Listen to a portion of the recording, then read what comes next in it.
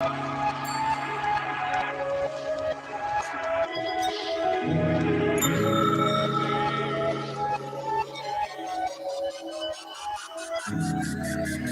Chicago.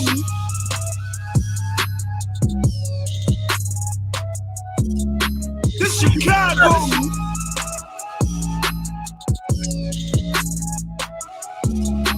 This Chicago.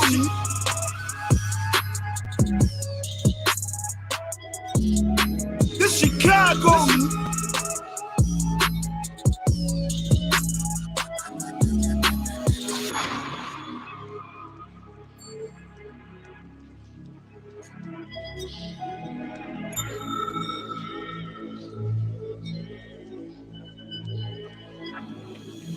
This Chicago.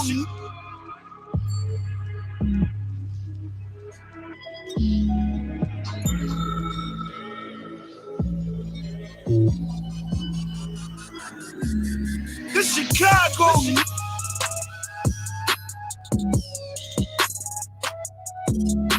This Chicago.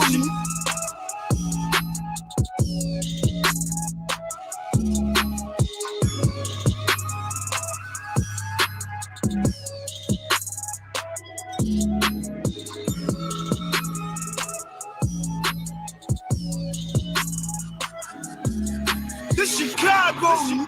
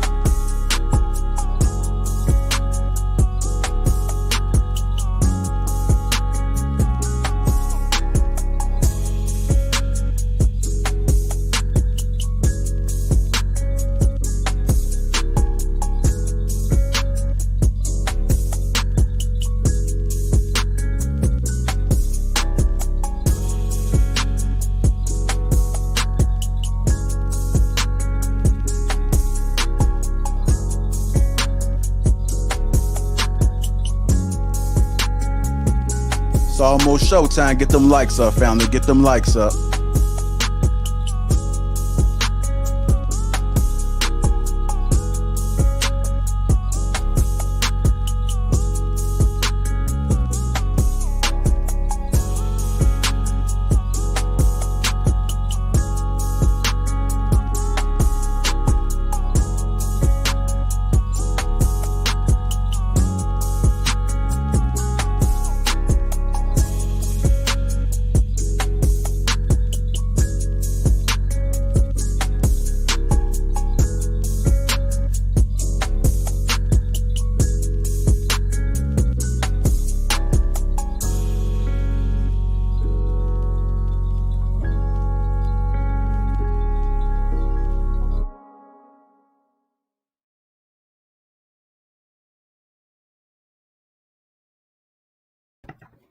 Hey y'all.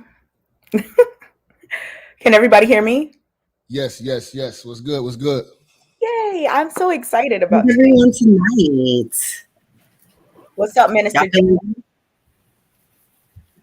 Jap? Good to have you here. Oh, appreciate it, man. I see a lot of your people in the chat. Oh yeah, you come through. Yeah, we do. We're so glad to have you here. Thank you for coming. Yeah, okay, man. Shout out to JR. Shout out to Lapeef Network. Thanks for being here. Appreciate it. I like your setup over there. It's simple. I'm about to get real funky real soon, though. People doing all these things with the screen. I love that. You get a big ass neon sign in the back. I'm about to get some real crazy shit soon. Okay. Working on some shit. Well, welcome. We love having you here. Appreciate it. Lonnie and Jonathan, always nice to have you two here. Yeah. How's it going, everybody? Hi, Kay. Hi, Kayla. Hi. So, just so we can take care of the housekeeping notes. To start off, you guys don't forget we have our live show in Houston, April 23rd. The tickets are on sale. You can find them in the comments right below. There's also a discount for a hotel if you're traveling into town, so you can save a little money on your stay. And then also we just released our sponsorship package. So if you would like to sponsor the event and your business be involved in the exposure, then come on, hit us up. The information's right here. Also will be in the comments. So let's get started, y'all. Y'all ready? Let's go. All right. So I'm excited to get into our first topic. And we've been talking about this topic for like a week or so, Kayla.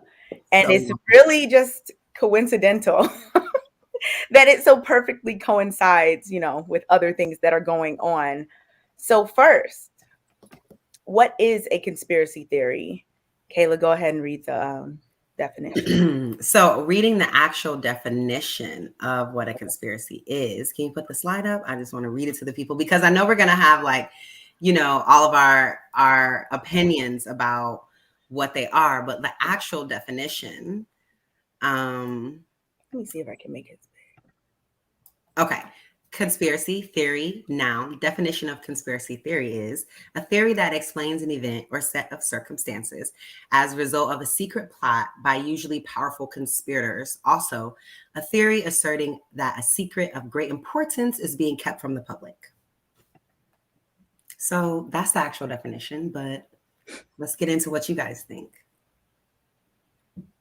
Yeah, let's start with you, Minister Jap. What are your thoughts about conspiracy theories, just in general, and then we'll get more specific? Okay, so for instance, the biggest thing that I've seen that I debate with a lot of people at the barbershops and shit with is the George Floyd riots, and I seen it, firsthand in Chicago, right?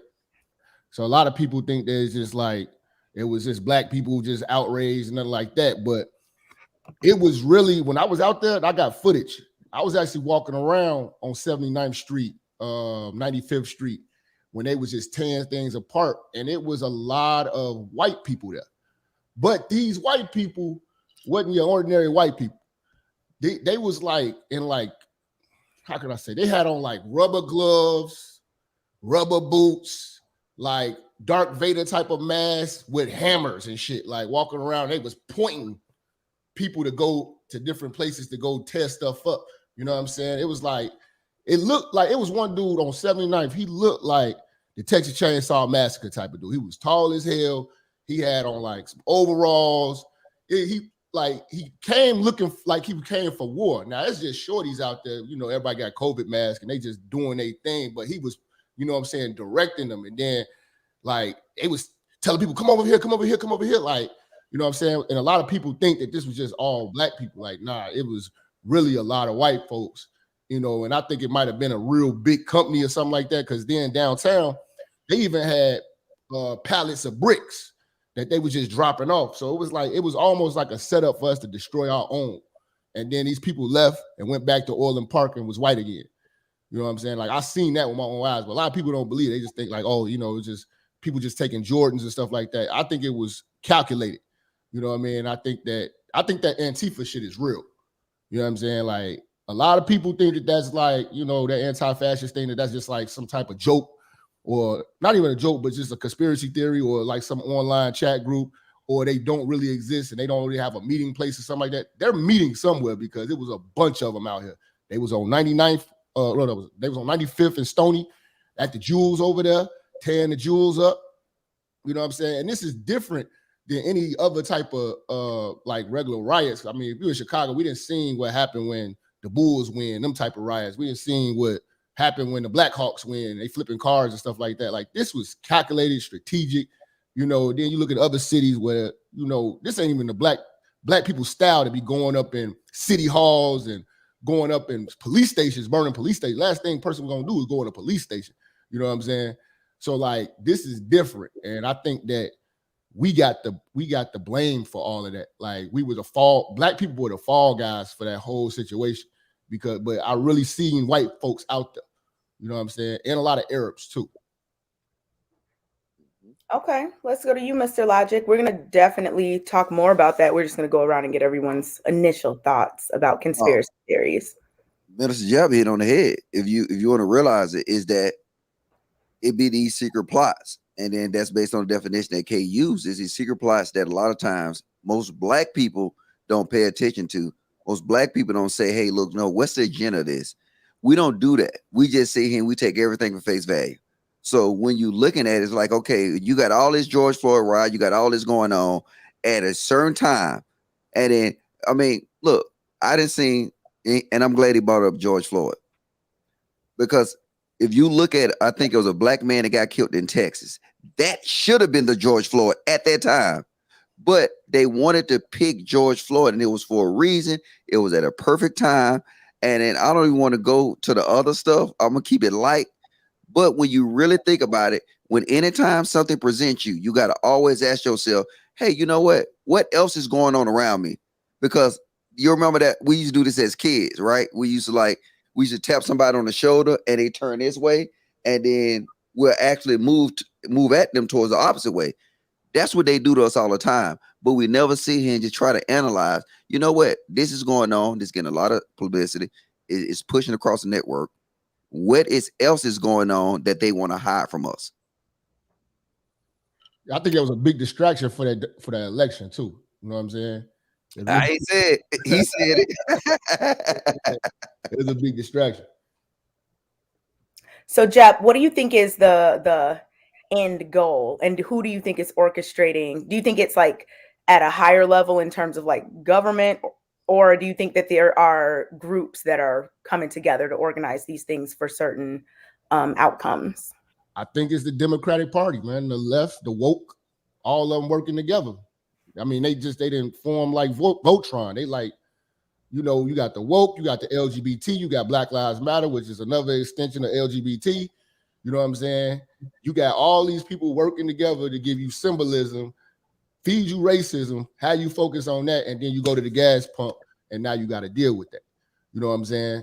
Like, all of this was to get Biden in. Like, all of this was just really just a distraction, you know, and then they hand us symbolism to, you know, appease us and shut us up. Like right now, they're giving us symbolism with the judge, what's her name, Ketanji. You know what I'm saying? I mean, the lady can't even answer the question, what's a woman? And she is one. You know what I'm saying? You got Cory Booker and all of them. They all, you know, hyping it all up, making it all symbolism, and then we get nothing in the process. We get nothing, you know what I'm saying, substantial that's gonna actually help our people. Then, you know, when Biden got in, first thing he gave us, the only thing he gave us is Juneteenth, like we asked for it. You know what I'm saying? Like I've never, you know, we get a lot of symbolism. Like Black folks, we get symbolism. Everybody else gets tangible things. You know what I'm saying? Or actions being done to make change in a situation. We get symbolism. So now the biggest thing now is going to be a Barack Obama with Ketanji. It's just going to be, oh, we got another Black person. They don't even count Clarence Thomas. Yeah, they don't even count him as being Black. This is going to be huge. You know what I'm saying? This is going to be bigger than, you know, wear your pearls, like with what's her name? Kamala. You know what I'm saying? So like everything that we get is symbolism, but we get no real results that actually benefit us. You know what I'm saying? So that's like a conspiracy to me. You know what I'm saying? Like we getting duped, and I know we getting replaced by Mexicans. Black folks, I've been telling Black folks along, pay attention. They letting these people flood in here just to replace your vote because they don't need it no more. Oh, can I add on what he said? Because this is important. And go ahead, Logic, and then after you, we'll go to Jonathan, and then I just want to cover what he said because he brought a good point. The Democrats, though, but see, I want to add on to it because it's not really Democrats; it's these major corporations. So all you got to do is when you want to actually look at it, like I said, you can follow the money, you follow executive orders. They know if you put something in the executive order, most Black people ain't gonna read it. If you put something in these bills, most Black people ain't gonna read it. Most Black people think that, okay, this bill said the bill Better Back America bill, whatever. But you looking at it and it got so much more stuff in there, and then everybody failed to read, nobody cover it, so we won't have that understanding. And if you look at the Democratic Party, what you'll see a money trail to these major corporations. And then now, because of that major corporation, you understand why they had to get rid of the dude Trump, because the dude Trump was actually trying to put foreign tariffs out. If you put foreign tariffs out in the United States, what they're going to do to these corporations? All these corporations, they can't outsource. Well, they can't outsource. Well, they can, but it'd be really expensive. It'd be way more expensive. They might as well get it made in America. And I was saying they will be paying at the end at landed. Yep, and I was saying this on YouTube like a while ago, and I quit because I got tired of talking to Black folks.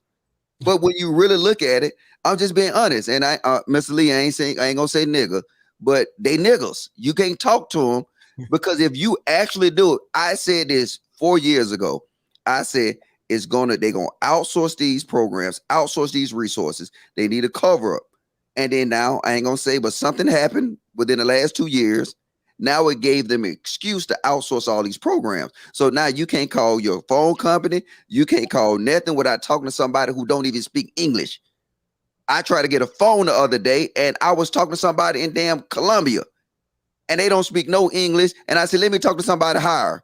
And I talked to another person in Colombia, but it's deeper than that because they can sit here and they can take that money that they'll pay you. If they pay you in America, they got to promise you a 401k. They got to promise you healthcare. They got to promise you dental.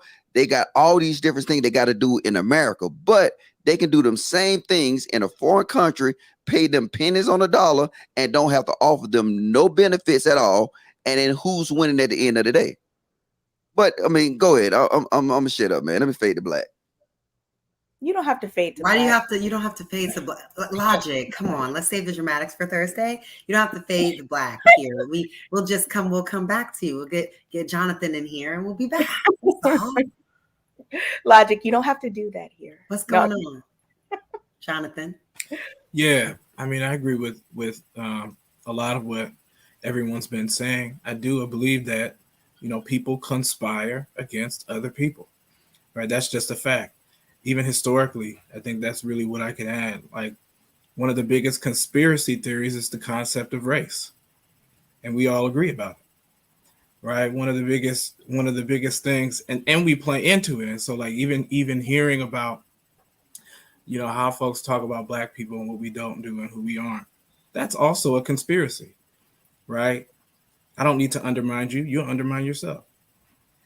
So a lot of that is just kind of rooted into the fabric of our society, to the point where we don't even see it and we just operate in it as if it were normal. When it comes to, Democrat, Republican, you know, right wing, left wing, both two sides of the same bird, right? It's all a show. And, you know, to Logic's point, you know, folks gotta really be able to look underneath the surface and ask questions about, you know, what's really going on here. What are we really seeing? Who does it benefit, right? And how? And I think that's really the crux of the conversation. Yeah, I agree. I was actually going to ask that question to all of you about just what is the end goal for these? Like everyone named some, you know, legitimate things. What is the end goal and what's the point? So is it just a money thing? Is it always a money thing? What do y'all think about that? Jeff, we'll start with you. We'll go to Logic, then Jonathan and Kayla. Whenever you want. Social media right now is doing pretty much like mind control, you know, with all of these fact checks and stuff that you can't talk about. They pretty much controlling the narrative on everything. So when you do that, then it makes like, okay, for instance, the Trump and the Biden situation, it was good versus evil based on the way the emotionalism was pushed on social media to everybody. You can't have an objective view on anything anymore. They're controlling the way you think and how you're supposed to think. And if you don't think the way that they think that you're supposed to think, then we'll just cancel you because you're dangerous. And that's why I always tell people on my show, the most dangerous thing on earth right now is the free thinking straight black man, because we have no alliance to nobody. Nobody has allegiance to us. Nobody has our interest in heart. Nobody. You could be a black man, but you could be a gay one and get way more leeway and more respect. Look at Jussie Smollett. He's gay, he's Jew, and he's biracial. You know what I'm saying? They gonna automatically forgive him. He's not gonna get canceled. He should have been canceled a long time ago. He's gonna always have a voice. You know what I'm saying? But let it been like a Spike Lee. If Spike Lee goes out and says something outlandish or says something that is right, but is contrary to what they're trying to push, and they just hit the fact checkers and just pull that shit off the internet, or they'll just take your Twitter, take your Facebook, you know, take your YouTube down. Like, it's a lot of people just getting deplatformed, and them taking away freedom of speech is controlling how people are thinking. Because right now, my parents still are trying to justify Joe Biden. He hasn't done one thing good yet. But I have multiple coworkers that are older that are still justifying it to this day. They will argue me down at lunch, just like a month or two ago, about how it's just not possible that an election can be stolen, and it's just not possible that anyone can mess with the numbers, and it's just not. And I'm just like, what do you mean it's not possible? It's obvious. Like, what are you talking about? Like, Joe Biden had 20-something million Twitter followers. Kamala Harris had like 6. Trump had like 80.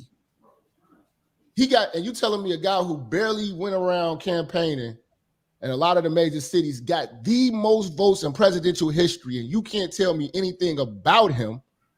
You know what I mean? You don't know. You have, like, if you talk to your average older black, I can't stand the old ass. I can't stand the old ass because they get caught up in symbolism. They got caught up in mean tweets. We talking about an older generation of people who got money, who got resources, who got power, but stupid, and they don't even participate in social media, but they believe what they heard. They don't even have a Twitter, but they mad about a tweet. You don't even have a Twitter to even see his tweets. You just get what's regurgitated to you from CNN or whatever like that. And they think that CNN can't possibly say something that's incorrect, or ABC or Fox or any of these places. And I'm just like, do you understand how media works? I mean, that's one of the reasons that I got out of, because when I first went to school, I went to school for broadcast because I wanted to be like a news anchor growing up.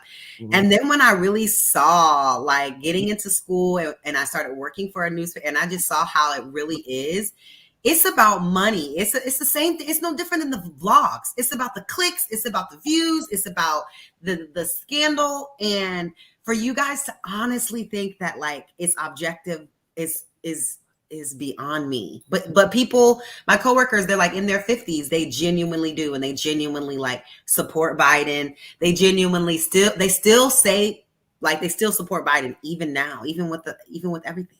Like he literally gonna have you homeless and you still gonna find no reason to support this guy based on the fact. And the only reason why you voted for him because we don't like Trump. We got to get him out of here. I literally was going to like bars and clubs in Chicago with a lot of old people. I go to like old lounges and shit a lot of times. And these old people was sitting around here with throwing Biden parties. Like, you know what I'm saying? They were celebrating. They got on Biden t-shirts, but everybody's silent now. Everybody's silent now. And then when you confront them about it, they're going to find some way to justify why this was a good decision. Within 1 year, the country has literally done a 180. Mm-hmm. But they turn a blind eye to it because, again, they pushed Trump being evil, Trump being racist. Trump benefited my pockets. I don't care what another person do. I vote with my interests, my values, you know what I'm saying, and money. I don't think about all of that. Whatever he do in his personal life, if he's effective, he's effective. Joe Biden is ineffective. And a lot of old people cannot come to terms with that because they don't want to admit that we made a mistake. And we were lied to. There's no way in hell that this man had the most votes in presidential history. You telling me that this man was more popular than Kennedy? No. Kennedy was a fucking movie star. You know what I'm saying? Like, come on, man. More popular than and Ronald Reagan. And Ronald Reagan. They was movie stars. It's just, it shouldn't even been close. You know what I'm saying? This guy can't even talk. You know what I'm saying? Every time he asks, come on. That video I saw him, he looked like, okay. Okay. Kayla, what you got? No, because like while we're talking about this, while it's all good and fun, there are these conspiracies. There are some conspiracies that are real. They really are real. And like even speaking about it on YouTube is like not safe. Like I think that people like don't really get the magnitude of it. And and what they do is, my friend and I were talking about this. We learned this in our social theory class. It's a term that they use where basically what they do is they specifically put things into movies, right? So that to you, it makes you seem like something like this could only happen in a movie. They desensitize, I don't know what the term is. There's an actual term. And they desensitize you to things like that to make you feel like that's a fantasy of some kind that could never happen. So if anybody did suspect that, they would sound crazy and being like, now how could something like that ever happen? Like it's pre-planned years before movies come out, all types of things. And I don't think that people know like the significance of it. Like, don't even get me started on Pizzagate. Don't get me started on Jeffrey Epstein. Don't get me started on any of that stuff because we can't even get into the details of it because it's quite dangerous. Yeah. So like you can't. I think people just like, CNN should offer everybody an apology. What was it? New York Post. They should offer everybody an apology for everything that they said about that laptop not being true. Mm-hmm. And now it is. Mm-hmm. And that could have altered the election. But again, that just shows you the power of propaganda and the power of social media. They suppressed all of the bad things about Biden until you made him look like a good, jolly white Santa Claus. And now we're dealing with the repercussions of it. And I just noticed that a lot of older Black folks, they love their politicians good, white, and polite. And that's all he was. Good, white, and polite. There it is. Predictive programming. That's what it's called, you guys. Predictive programming. But go on. Sorry. Well, no, I'm finna shake it up a little bit, right? Because I still say it's our fault. And then I was saying this to other people the other day. I said every book, it has a purpose. So now, anytime anybody put anything on paper, whether it's policy, whether it's a book, they have an agenda for actually writing that book. It's our fault for not understanding the agenda. So if you want to go conspiracy theories, all right, go ahead. Sorry, I'll go on. If you want to really analyze things and sit here and just understand, just use 9/11 for example, right? We were so involved in Gulf in this whole terrorist attacking U.S. soil thing that we didn't understand the agenda. What was the agenda? You know what I'm saying? And you start seeing the oil dollar start falling. I was talking to somebody the other day and explaining about the oil dollar. People didn't even understand what the oil dollar was, and these be Black people. And like if I ask people in the chat right now, what is the oil dollar? They still wouldn't even understand this. And this is, you know what I'm saying? I should have put this up. I should have had this in my slide. But most people don't know that oil is traded in one currency, the US dollar. So now if you have that understanding, when you see things play out, you will understand, oh man, this is the agenda of this. So now you start playing in. Then you start actually, you know what I'm saying, who's the biggest producer of oil in the world? And I'm just throwing some out here. So, and this is one of a million things you can start doing. But we have to research. We have to look and say, hey, this didn't happen just because it happened. I need to figure out what's the agenda of this. So now I can run down the facts. And by you having that information, understanding, like Mr. Jeff said a lot of good stuff, but I mean, K interrupted and all that kind of stuff. So I forgot what I was going to say with not K, Kayla. I was about to say I didn't do anything. No, but I mean, she didn't interrupt, but you know what I'm saying? This y'all show. But it's what it is what my biggest message to people is: understand, don't take nothing as it is. You know what I'm saying? If you believe in the Bible, first ask yourself, what's the agenda of the Bible? You know what I'm saying? Is it control? Now, when you read that and you understand the agenda of that, you will process that information differently. Whatever you got these crazy Dr. David books and stuff like that, what's the agenda of these books? So now when you read it, you'll understand, oh, this is the purpose of why this book was written. And we analyze that with every piece of information we get, and it'll be powerful. We'll do it with events. We just don't say, oh, these terrorists crashed this airplane inside of these towers. And then now we just sit back and watch what happened 2 days before and what happened 2 days after. And then now we can get a firm understanding of what's going on. So I blame us. Conspiracy theories exist because of our ability not to think, not to research, and listen to CNN and all these fools forever. So well, I wouldn't necessarily. I was definitely coming right to you, Jonathan. So go ahead. Oh, okay. I was gonna say I wouldn't necessarily like blame regular people or everyday people. I don't know who the hour you were saying black people or just everyday people or regular people. Well, I'm just be honest with you. I just care about black people. Okay. So I'll take people. that I'll keep that in mind. But I'll just say like I wouldn't necessarily blame like let's take black people for example. Right. They used to have like a really old saying. It's like if you want to hide something from a black person, you put it in a book. Right. Mm-hmm. But they didn't finish the saying is if you want to hide something from a black person, put it in a book and then undermine their capacity to read and write. And so there's also a component in there that we're missing about how it's also been. It's not just like people not wanting to read or people not caring about it. It's actively being undermined. There's a reason why, for example, financial literacy isn't taught in schools. It's not that people don't get, there's a reason why that is, right? There's a reason why, like, you know, if you want to talk about like LGBT identities or other things, there's a reason why before it wasn't taught in schools and now that people are trying to be, you know, they're trying to make it being taught in schools. There's reasons for all of these things. And so if people, you know, their capacity to do these things and to critically think and to learn and to reason are undermined, then they're not even going to think to look any deeper than what they're actually, you know, than what they're actually looking, unless they like watch you and hear you talking. But Jonathan, whose fault is that though? Who what? Whose fault is that? Whose fault is that? Yeah, I mean, just like I said, it's right. Conspiracist. That's a conspiracy in itself. Well, I'm gonna shoot an example at you, right? Okay. And let's maneuver around this example. The wall, or people say the wall, but I'm gonna just say the wall was racist. Border control, right? Okay. So now, as a black person, right, we need to have that capability of leveraging, like I think Mr. Jap said earlier.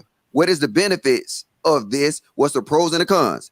So as a black person, we was told that the wall was racist. The wall did this, the wall did that. And I know I'm talking about people in Atlanta and they can't even get a construction job because it's all these Mexicans. So I'm just saying. And now if we want to look, and then you can actually go research one of the first executive orders. I think one of the first 10 executive orders that Biden had put in order was the agriculture executive order. Mm-hmm. And what I'm telling you, what was the benefit? What's the pros and the cons of the wall for black people? Yeah, I mean, the wall, I'm gonna be honest, Chicago, a lot of people think that Chicago is just like a gang problem. Chicago got a real big Mexican problem. And I'm talking about a legal Mexican problem from the standpoint of having this be a sanctuary city. A lot of people don't know El Chapo got processed and prosecuted here in Chicago for his crimes, because this is the hub where all the dope and the guns get distributed through our train system. Chicago is the main hub. Little Village, on like, what's that, 22nd Street, Little Village, them Mexicans are directly linked to the Sinaloa cartel. They was bringing in most of the dope from the railroad system into Chicago to distribute it around the world. And a lot of people, if you talk to a lot of people in Chicago, they'll tell you it's another conspiracy about these crates of guns getting dropped. Now, this is my theory. I hear guys, you know what I'm saying, live in Inglewood, stuff like that, they hear about these crates of guns being dropped in alleys. My theory is that the Mexicans is putting these guns in our community so we can kill each other, because listen, it gives them, see, our mayor has two things they got to worry about. Well, the most important thing is these bodies dropping. She got to keep the bodies from dropping. So if they preoccupied with murders and trying to solve murders and stopping bodies from dropping, what can they do freely? Sell dope. And then that's when all the fentanyl and all that stuff just come running around here, you know what I'm saying? Because they're so distracted with so many murders. Like, it's some crazy guns out here in Chicago. These kids got some wild guns, like some, you know what I'm saying, some, what do you call that? GTA, Grand Theft Auto type of guns. These motherfuckers are crazy. But see, Jab, see, think about this though, right? Because it's relating to the border too, right? But if you look at it, if you have an uncontrolled border, you have uncontrolled drugs. If you have an uncontrolled foreign policy dealing with trade, you will have an overload of fentanyl coming into our borders. But the bigger thing, right, and it's going to relate to the same thing I said earlier. If you have a border policy like they have now, if you have that executive order for agriculture executive order, you don't got to listen to me, just research it. It states in there that they promoting all these individuals to come in to do all this labor, and then now they're not even U.S. citizens. So when they come over this border, guess what they get free? They get food, clothing, and shelter free, and then now the companies can pay them pennies, and they can get out there and work in these fields all day. So if you think about it, I'm just failed to see how that's Mexicans' fault. No. I'm not saying it's a Mexican fault. When the I'm not blaming no Mexican. Because the statement was it's a Mexican issue, but that doesn't sound like a Mexican. Chicago has a Mexican problem, because all you got to do is just get here, and you're good. Once they get here, they're not deported. So, but to Jonathan's point about like clarifying that, who do you think is responsible for certain things that may be going on? Like, I've definitely heard the the theories about the guns on the trains that just happen to be left wherever in the middle of the night and people go get them and whatnot. But it's always been more of a, I've heard people blame the government for these things and people like that. So like, can you just clarify what you mean and who do you think is responsible? If the government is allowing illegal immigrants to just get here to Chicago and don't send them back, because we don't get no ICE raids or anything like that in Chicago, especially the east side. There's nothing but illegals over there. You know what I mean? But when they come here, it's a lot of gangs too. And it's a lot of crime. We don't get dope from Canada. We don't get dope from Afghanistan here. All our dope in Chicago come from Mexico. All our problems come from Mexico. It's directly come from Mexico. Those two twins who was working with El Chapo, you talking about somebody who brought in like $100 billion worth of dope through America and used Chicago to do it. You know what I'm saying? So like all of the problems that we have come from Mexico. And then from there, then it's bad nigga behavior. And then they start, that has to be, that's on them. But I'm just saying the actual drugs to get here come from Mexico. But drugs and weapons it's an industrial complex. It's not it's not like a one-to-one comparison because there's a whole lot of other entities that benefit from it rather than like El Chapo and them. Like United States government benefits, manufacturers benefits, police benefit, That's a what I lot was of other people benefit. But you know the real issue that I see is that Hispanics are more organized. I don't know what it is, but They're unified. they get into similar situations, and yet I don't know, sometimes they just seem more organized, like especially here in South Florida. They come together, they put their money together, they do stuff and they make shit happen. But Black people, why do we have to fight each other? Like, I'm talking about illegal activity. Why is this illegal activity not successful? Because there's no like, they just be like, Black folks don't do that crime. We not unified and we not humble. Look how El Chapo dressed. Dressed like a bum with a cowboy hat. The most expensive thing he had on him was a diamond gun. You know what I'm saying? Like, we bring too much attention to it. We never gonna be unified. Nobody wants to follow orders from somebody. So we're not good at crime. I don't think Black folks should even get into crime. We can't do it right. Why do you think that is, Minister Jeff? You said that you spoke on Black people not wanting to follow orders and like kind of unify under certain things. And I've said similar things before. Kayla, I think we talked about it on this show before about, enough of us aren't on the same page about certain things to like move forward in certain areas yet. So like, Minister Jeff, why do you think it is that we have not gotten on the same page and unified under certain? I mean, it's funny you mentioned it because like we talking about conspiracy. I would almost bring in the Willie Lynch letter because we got so many things that divide us, and I don't know if that's real or because that's the debate whether it was a real. But the concept of what is being explained. But it's so many things that divide us: light skin versus dark skin. You know what I'm saying? We got that off top. Old versus young. You know what I'm saying? Now we got the FBA versus immigrants. You know what I mean? Men versus women. Men versus women. Fat versus skinny, like everything that's different about us, we make a group about it. Whether it's real fast, we got to kind of soften up the conversation just a little bit, though. Okay. Yeah. What? Hold on, Logic. No. I'm just saying, read the private chat. It's not for me. I see this shit. Yeah, I mean, but that's hey, look, it's what it is. I'm sorry. Nice Logic. Thanks, Logic. Well, yeah, so why don't we go on to another conspiracy community? You got the Moors versus the Hebrews. Like, we got all these different groups, and we don't really have one thing that's unifying us. You know what I'm saying? Whether it's Nation of Islam, 5%ers, Christians, Catholics, like we just all over the place. We got our own little groups. We kind of gang bang within our own community all the time with anything. We make a group out of it, and we don't mess with each other.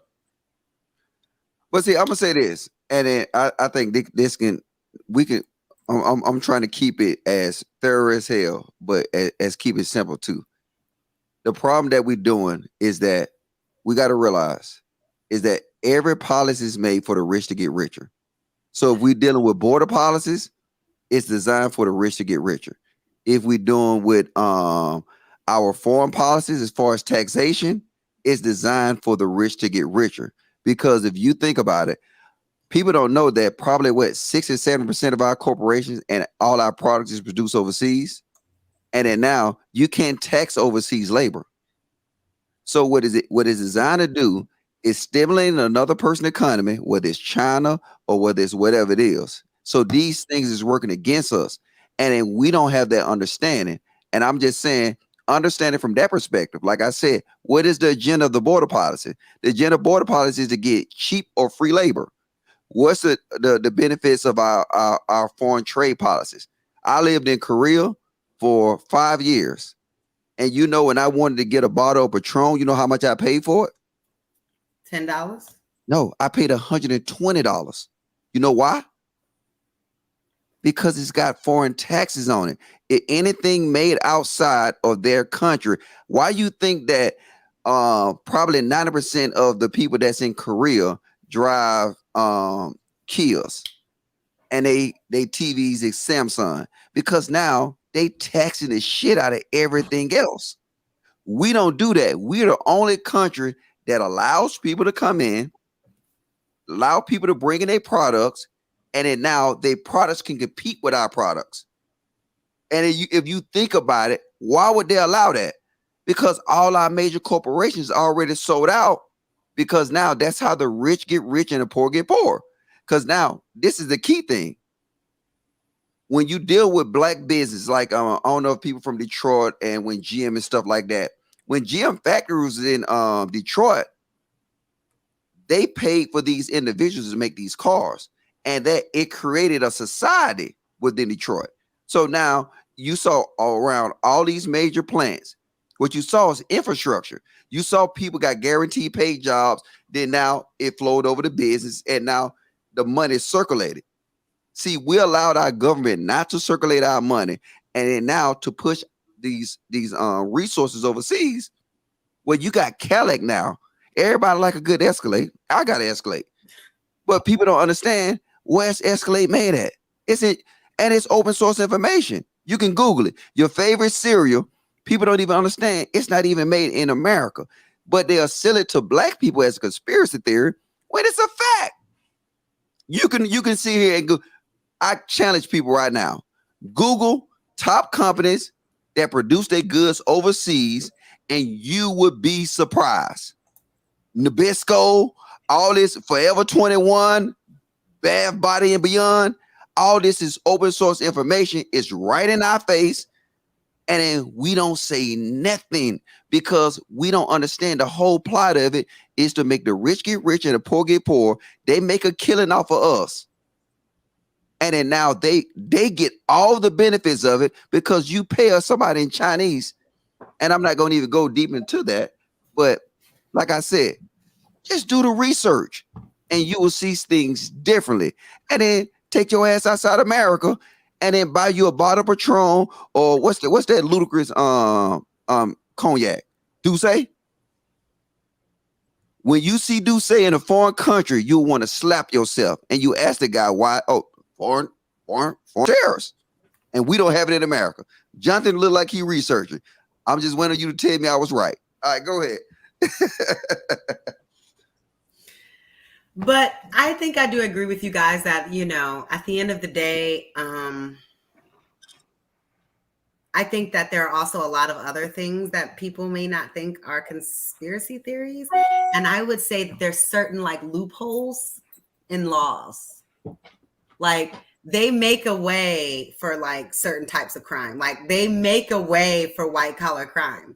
And especially what they did with the whole bankruptcy thing when bankruptcy came around. Why do you think Trump is rich right now? They changed all the bankruptcy laws now. We can't benefit, right? But even stuff like that, like you can declare bankruptcy and you can keep all the stuff and you just have bad credit for 7 years. Like,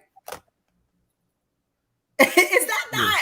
I mean, that's crazy to me that was like even a thing. It's obviously totally different now. They seize a lot of your stuff and whatnot, but even stuff like that to me are like low-key conspiracy theories because when you look at stuff like the CDC, I was talking about this on the other day. I found out that the CDC is a private organization. I'm sitting here thinking the CDC has checks and balances by the government. They are a private organization.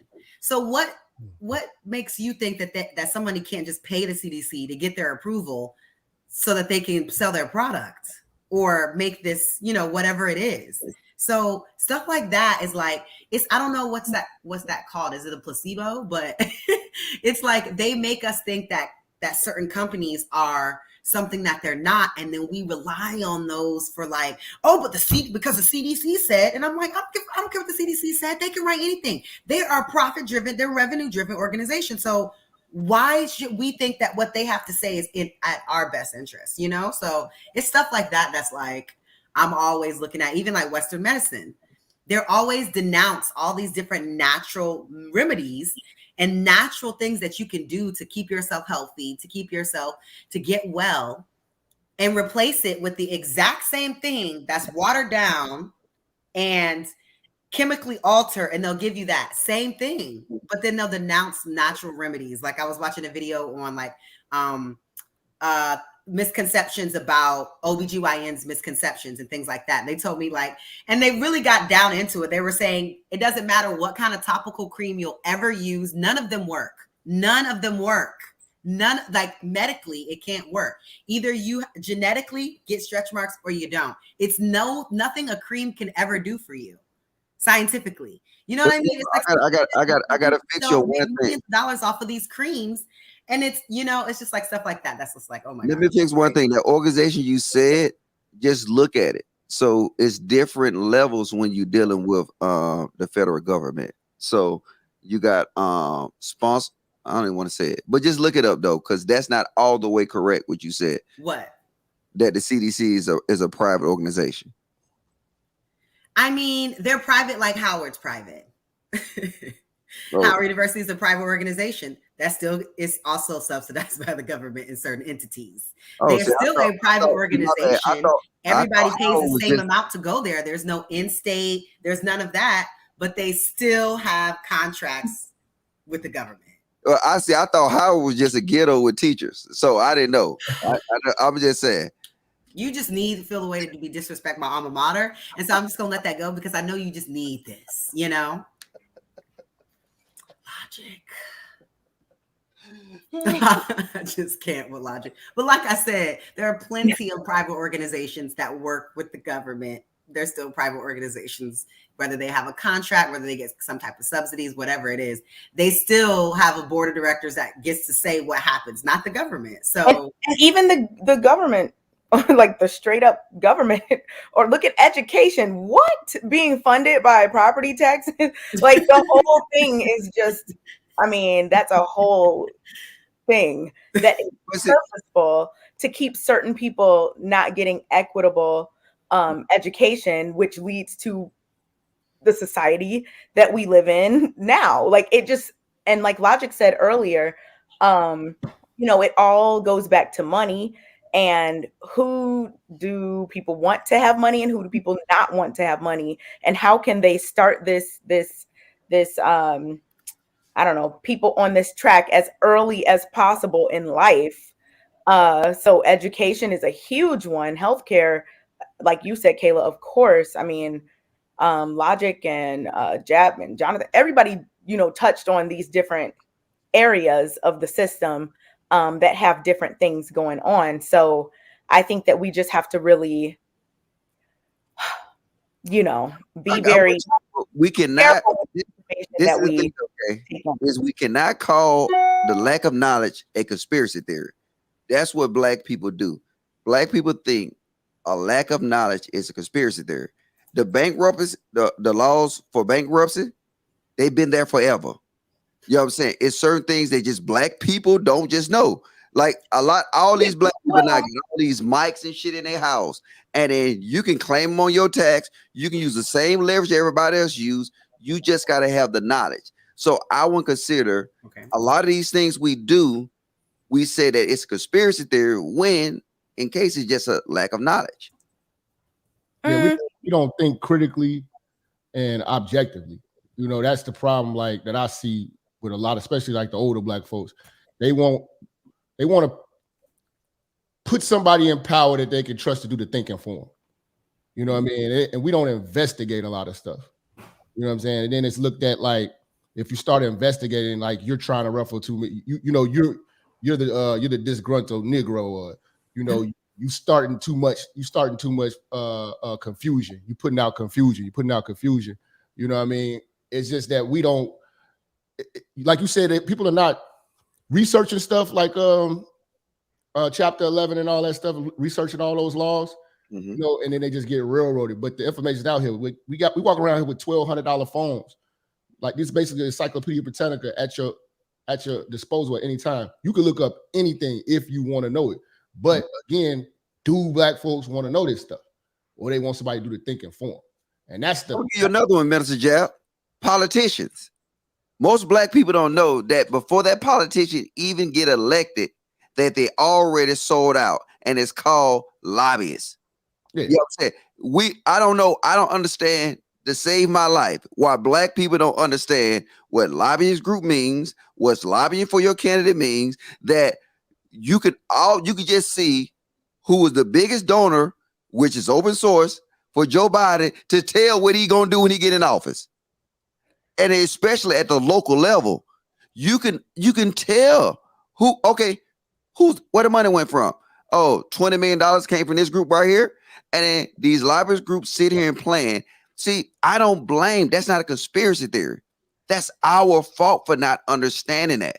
But Logic, are you comparing two different groups of people? Like, are you saying that, like, you know, this is just a general thing that white people are, up to speed on? Because I don't think so. I think that plenty of Americans have no idea whether, no matter what their race is, about a lot of different things. And I don't just think, I know that plenty of Americans do not read anything that they don't absolutely have to read. So Logic, you're making it like a race issue, and I don't necessarily think it's a race issue. I think it's just an American issue. A lot of people are just like, you know what? This is what I do each day, and my life is this way, and I'm not looking any further into it. But I don't think that it's just like, oh, this is what Black people do, because there are plenty of non-Black people that don't know anything about lobbyist groups. Or you give me an example? Logic, you are more well read in terms of this than I think the average person is. But no, I can give you an example though. I can give you an example. When California was about to legalize marijuana, right? Do you know that was in the work for 5 years? You know that it wasn't just the rich that benefited. Yeah. It was the middle class and above. And then the donor group to get that pass. You can do it in Oregon. You know what I'm saying? Oregon got some crazy stuff they pass. Imagine this. And this is how you'll understand. Like real estate, we were so far behind because people already lobby for these different things. The modification of Section 8 inside of Atlanta, we always on the back end of it. When these other individuals, and it's not just the rich in this case, it's like, you know what I'm saying, we're considered wealthy. And there's a lot of Black people you consider wealthy in the United States, but it's our lack of knowledge, and then we never want to put our money forward to nothing. We always want to beg for something. So that's what I'm saying. It will say, look, every election, what are you going to do for the Black person, especially the Black women? Oh my God, when the Trump plan came out, it was a plan for Black people, and you had all them women on Fox Soul, whatever. Yeah, with Ice Cube. Yeah, and they changed the whole narrative. Okay, what are you gonna do for Black women? Well, when the last time Black women didn't become Black people? But okay, and it gets to that point where it's a lack of knowledge, a lack of understanding. You know what I'm saying? We take all these government classes, we go to Howard, we go to all these major universities, and we still don't understand how government operate. We think that our vote means somebody gonna give something to us. And we had Joe Biden in front of us and didn't offer us nothing. And we thought he was going to give us something. He actually insulted every single one of us. Like on multiple occasions. For me, you ain't Black. Yeah, I don't even get how we ever got past that. To this day, I'm not past it. How is a white man that is the same age as Emmett Till would have been if he's still alive going to tell me that I am not Black if I don't vote for him? Somebody that watched my ancestors get dragged from cars, hang from trees as a sport. Kayla, he didn't tell us nothing. He told Meek Mills, he told Cardi B, he told everybody that all these niggas look up to, because there ain't no Black leaders. Let's be real. Yeah. Like, if you want to be honest with you, the only true Black leaders, you can probably find them on YouTube. Other than YouTube, I thought that Ice Cube was trying to do something. I think y'all shot him down so bad. You don't have I know where you're going with this. Like, I always tell my audience this too. We don't have any new Black leaders. Like, when my parents was coming up in the 70s and all that, you know, you had the Huey P's, you know what I'm saying? All those young brothers and stuff like that. We don't got no young brothers that's actually like leading movements. You know what I'm saying? We got YouTubers, which is just put the message out there. What I'm talking about, like, you know, we ain't got like Fred Hamptons and stuff like that. We still got their old leaders. We still got Jesse Jackson and, you know, Al Sharpton. you know, I say the only best example we got is probably Minister Louis Farrakhan. You know what I'm saying? He got some other little up and coming leaders coming up, Nuri Muhammad, Wesley Muhammad, but nobody really taking the torch. We don't really have any leaders to look to. The leaders that we have, the same leaders that the baby boomer generation has, and that's why. And they still haven't adopted to the changes that's really happening and really seeing how things have evolved. They still coming with that civil rights mindset, and things are totally different. Sometimes it's a crab in the bucket mentality, but I think that kind of takes us to our next topic. Right. So we're going to get into my section of entertainment tonight. So as we all are aware that Chris Rock got the shit slapped out of him at the Oscars last night, and that shocked us all. That's the only reason anybody was watching, right? Or even cared about the Oscars. Yeah. Now I've heard a few people saying that there's a conspiracy of brewing, that this was a planned thing, that this was something that this was all staged. It was, they're actors. They're both actors, right? So what are you guys thinking about that? Do you think that it is a conspiracy, that the Oscars set this up for views, for ratings, for Chris' upcoming tour? Or do you think that this was just all a shock? Like this was not, Will just had enough and he had to slap this dude. I don't think it's a conspiracy. I think it's just Will Smith having a Kanye moment, letting a woman put a battery in his back. We went through this earlier today on my show, and we went through it frame by frame. If you look at when Chris Rock told that joke, even Will was laughing. And then out of nowhere, he just turns into Mad Max. Because when you took a look at Jada, and then if you look at the body language between him and Jada, they were sitting pretty far away from each other. You know what I'm saying? So I don't know if it feels like he's trying to get in her good graces. And then he was closer to Lupita than Jada. Looked at Jada. Jada had a look of disgust. He went up there, he slapped him, and then started barking from the audience. A lot of people say it's conspiracy. I would believe that if I didn't see everybody trying to calm him down when the commercial break went down and all that stuff.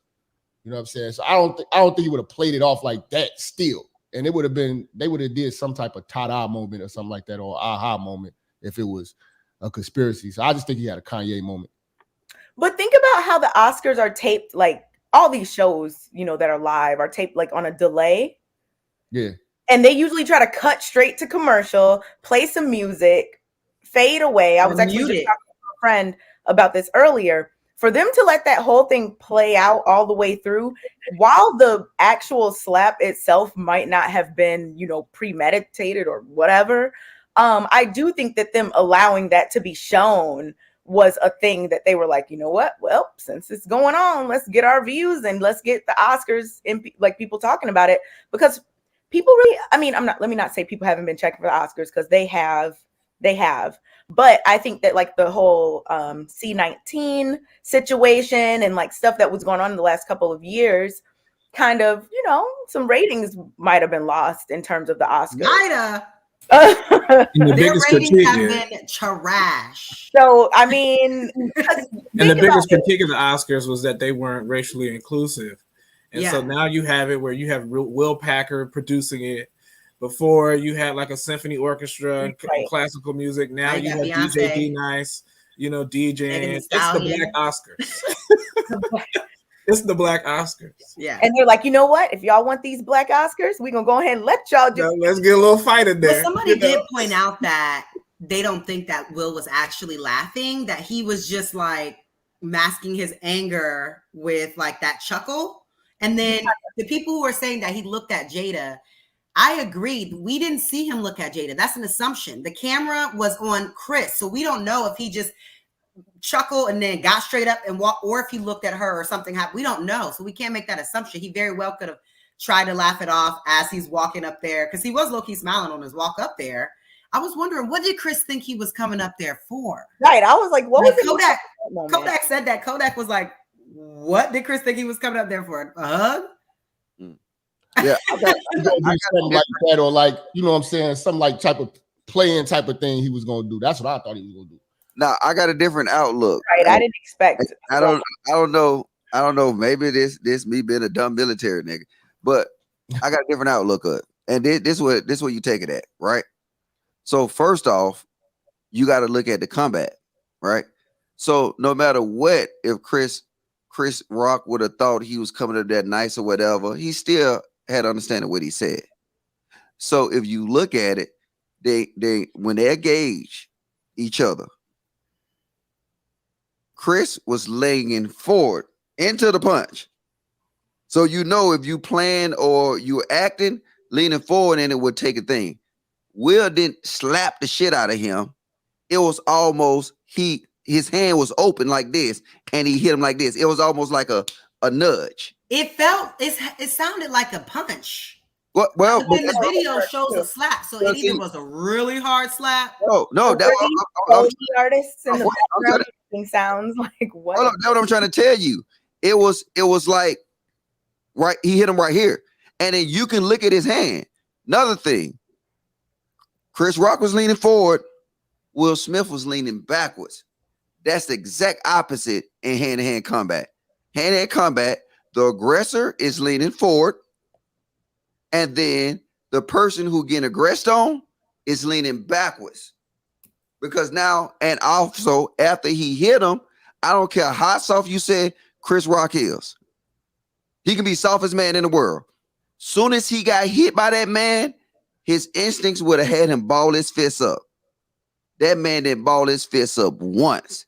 And now, this is what I got to say to everybody who watching this. And I'm sorry, Kay, but I got to show this. When you see stuff like this, that means somebody tapping on your back because YouTube was flooded.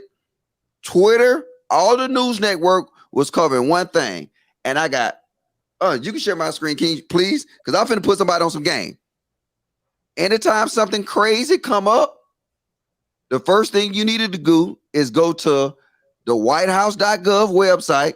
You can go to the briefing room and then now start looking at everything that's taking place surrounding that event, because you got to understand, just say if that was some type of agenda, you got to understand, why is he trying to keep your attention?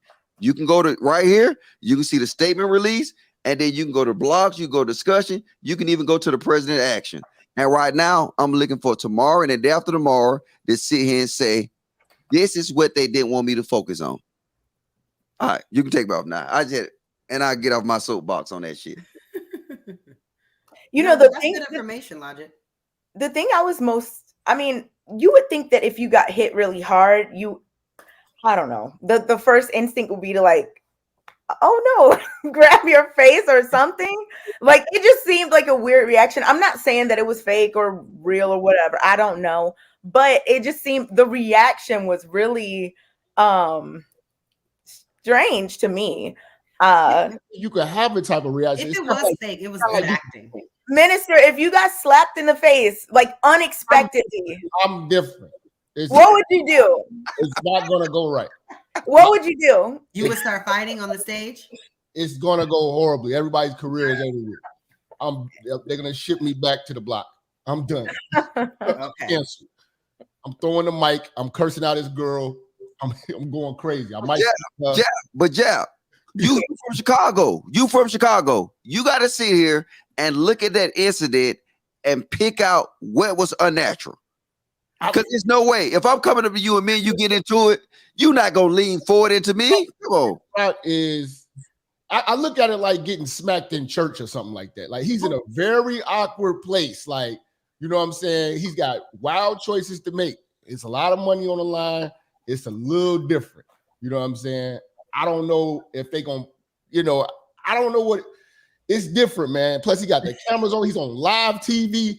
You know what I'm saying? Like, this is some very, very, this is different. Like, we ain't had that type of pressure. This ain't just like walking through the club, somebody step on your shoes, smack your girl on the ass, then you just get down on them. Like, nah, this is a little different. Like, you got networks watching, this all types of stuff. Like, first of all, you shocked.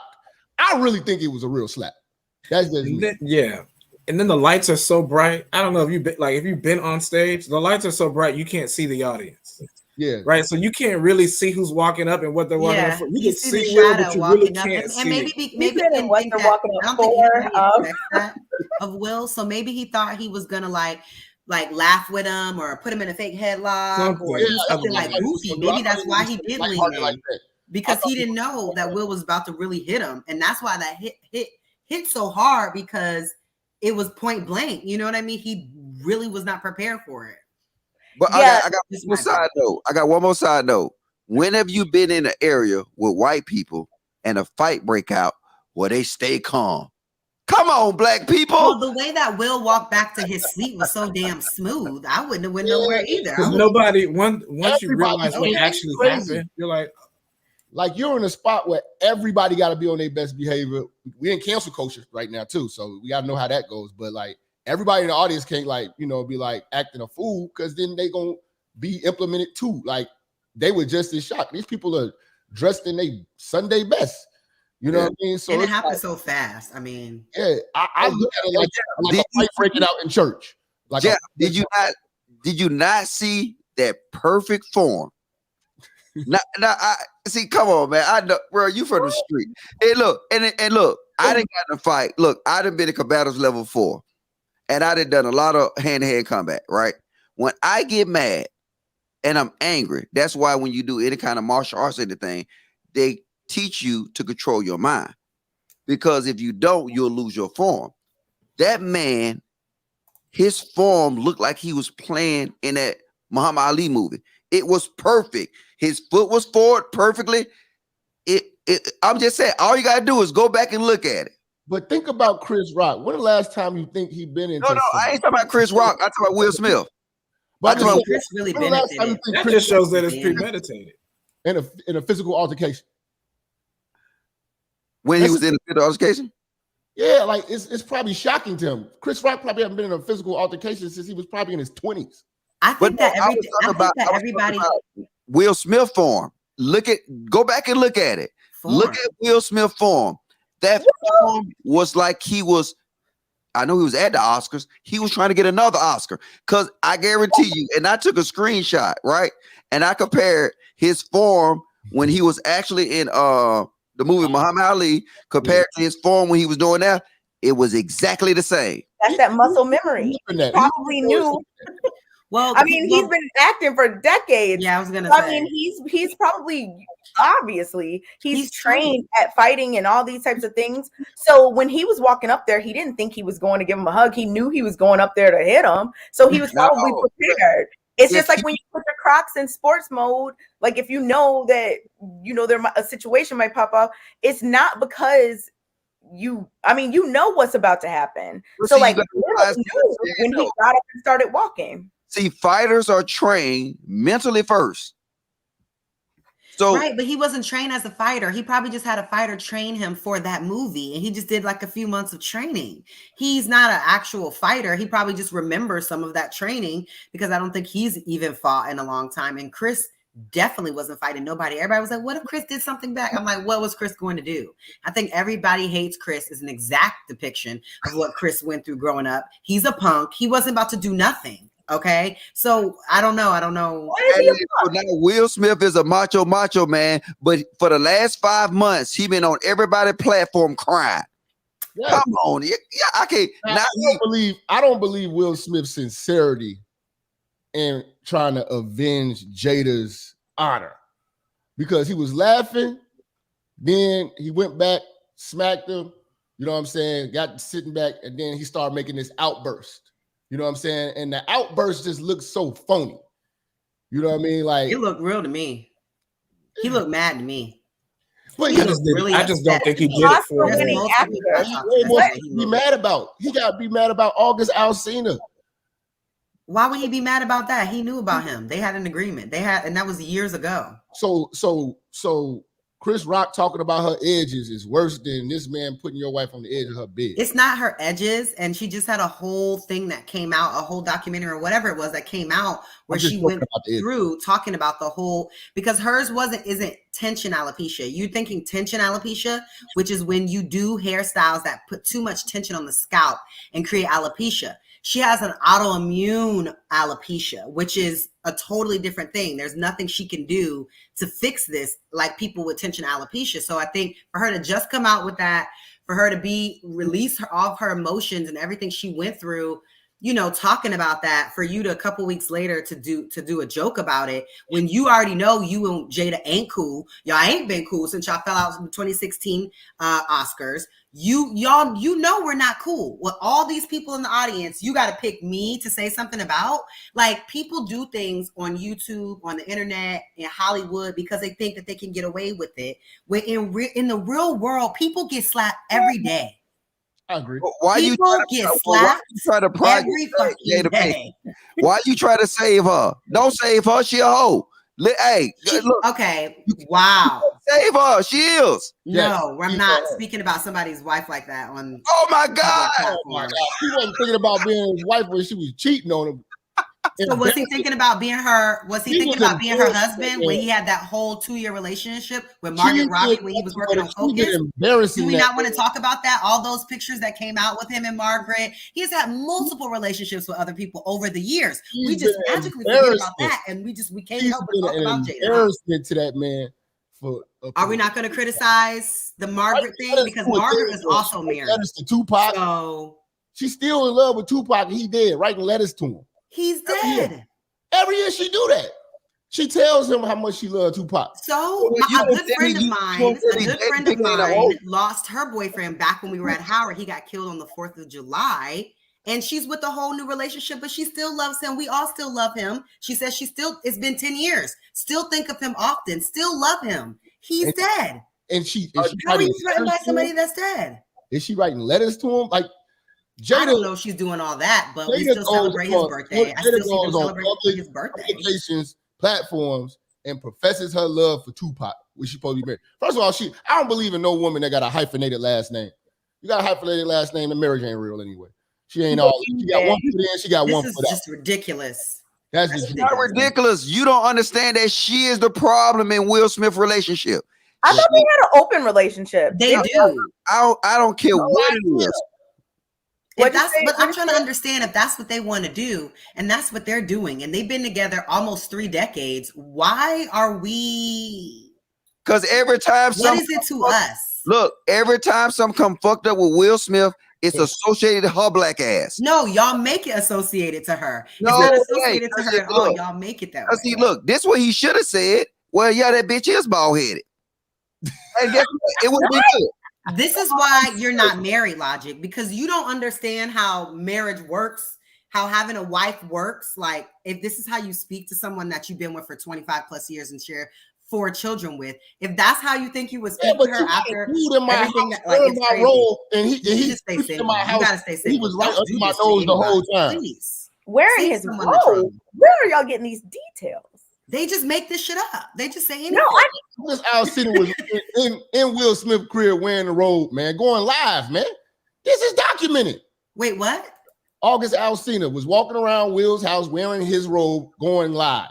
Again, they have an open relationship. He knew about disrespect. That's why she for the streets. Because there's no way. Look, and then this a petty young dude. So the first thing he do is he gonna make a song about it. Like, it's disrespectful. You know what he should have did? He should have kicked that bald-headed ass out the house. Yeah, this happens to men every day. Side chicks roll up and ruin shit and do shit every day. Do people slander them online for years? No. Nobody says shit. They ruin families. They break children's hearts. They break up families for hoes daily. She was boning her son's friends. He was grown. He was 24. She got excuse for everything. You damn near feminist. I don't get it. I'm not saying I agree with it, but that's not. I'm saying that he's not a victim. It is. Because you know what's going on. Steve Harvey How am I feminist? Steve Harvey cannot date his daughter's friends. He is not a victim. I'm not going to sit here and let y'all victimize him. He was 24. All of y'all were having sex at 24 with somebody. So I don't want to hear that. I don't want to hear that he was somebody's little kid. So Kayla, he was 24 years old. He was years older than her. Kayla, it doesn't matter. He needs help. What kind of help does he need? What kind of help does he need? Mental help. That's what he was depressed. right? And he was self-medicating to get through that. Yeah, a lot of Americans deal with that. A lot of women that you men sleep with are in not great places mentally and emotionally, but y'all still sleep with them. Y'all still entangle them into your lives, and nobody says a word. It's no problem, right? Brought the young man in the house pretending to help him, and then undermined Will and began a romantic relationship with him. How can you not see the devil in that woman? So ministers, your biggest issue is it's not the fact they had an open relationship or whatever. It's more so Jada's manipulation. She was tacky with it. Extreme. Okay. Okay. Her lack of discretion. So it's the fact that it came out. She embarrassed that man. It's the fact that it came out. Do you feel like had one of Will's side women came out, would we have the same energy? Will kept his thing in order. It didn't happen. Yeah, but if it did, because it's happened to people in Hollywood all the time. If it happened to him, would it be the same energy? Y'all would not have gave him the Jada Pinkett pass like y'all do. Men don't get the Jada Pinkett pass. What do you mean? Men get a pass all the time. No, we don't. We get crucified. Name some men that have gotten crucified in the media. Trump. He became president. She know his wife. You use Trump. Trump got crucified by who? He became president. Became president with his third wife. Feel about him with Stormy Daniels. You asked for an example. I gave you one. No one. I don't believe that anyone has actually slandered Trump. Now we being disingenuous. I mean, for having a wife that was a porn star, I think people slander him for that. But I don't recall anyone slandering Trump for cheating. I know them slandering him for having a salacious wife. I never seen a media headline slandering him for cheating. The Stormy Daniels controversy was just no big deal. It was water under the bridge. What? The Stormy Daniels controversy was no big deal.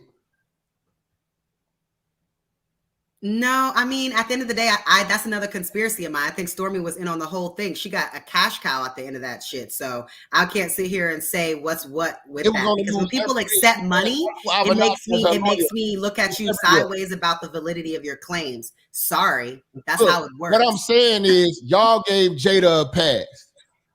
Well, because her husband said that he was okay with it. And if he's sleeping with her, why would I not be?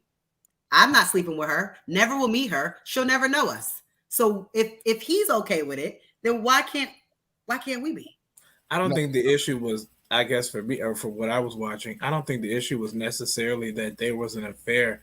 I think the issue was the contradiction that a lot of men were seeing from women, because all the time, and I'll sit there and read article after article, book after book, YouTube video after YouTube video about women talking about male predators who are older that prey on younger that prey on younger women who may have daddy issues or other issues, and they're the scum of the earth. They need to go right to hell or wherever they're gonna go. But then you have this older woman who preys on this man with mental health issues, right? And all of a sudden it's just, well, she needed a release.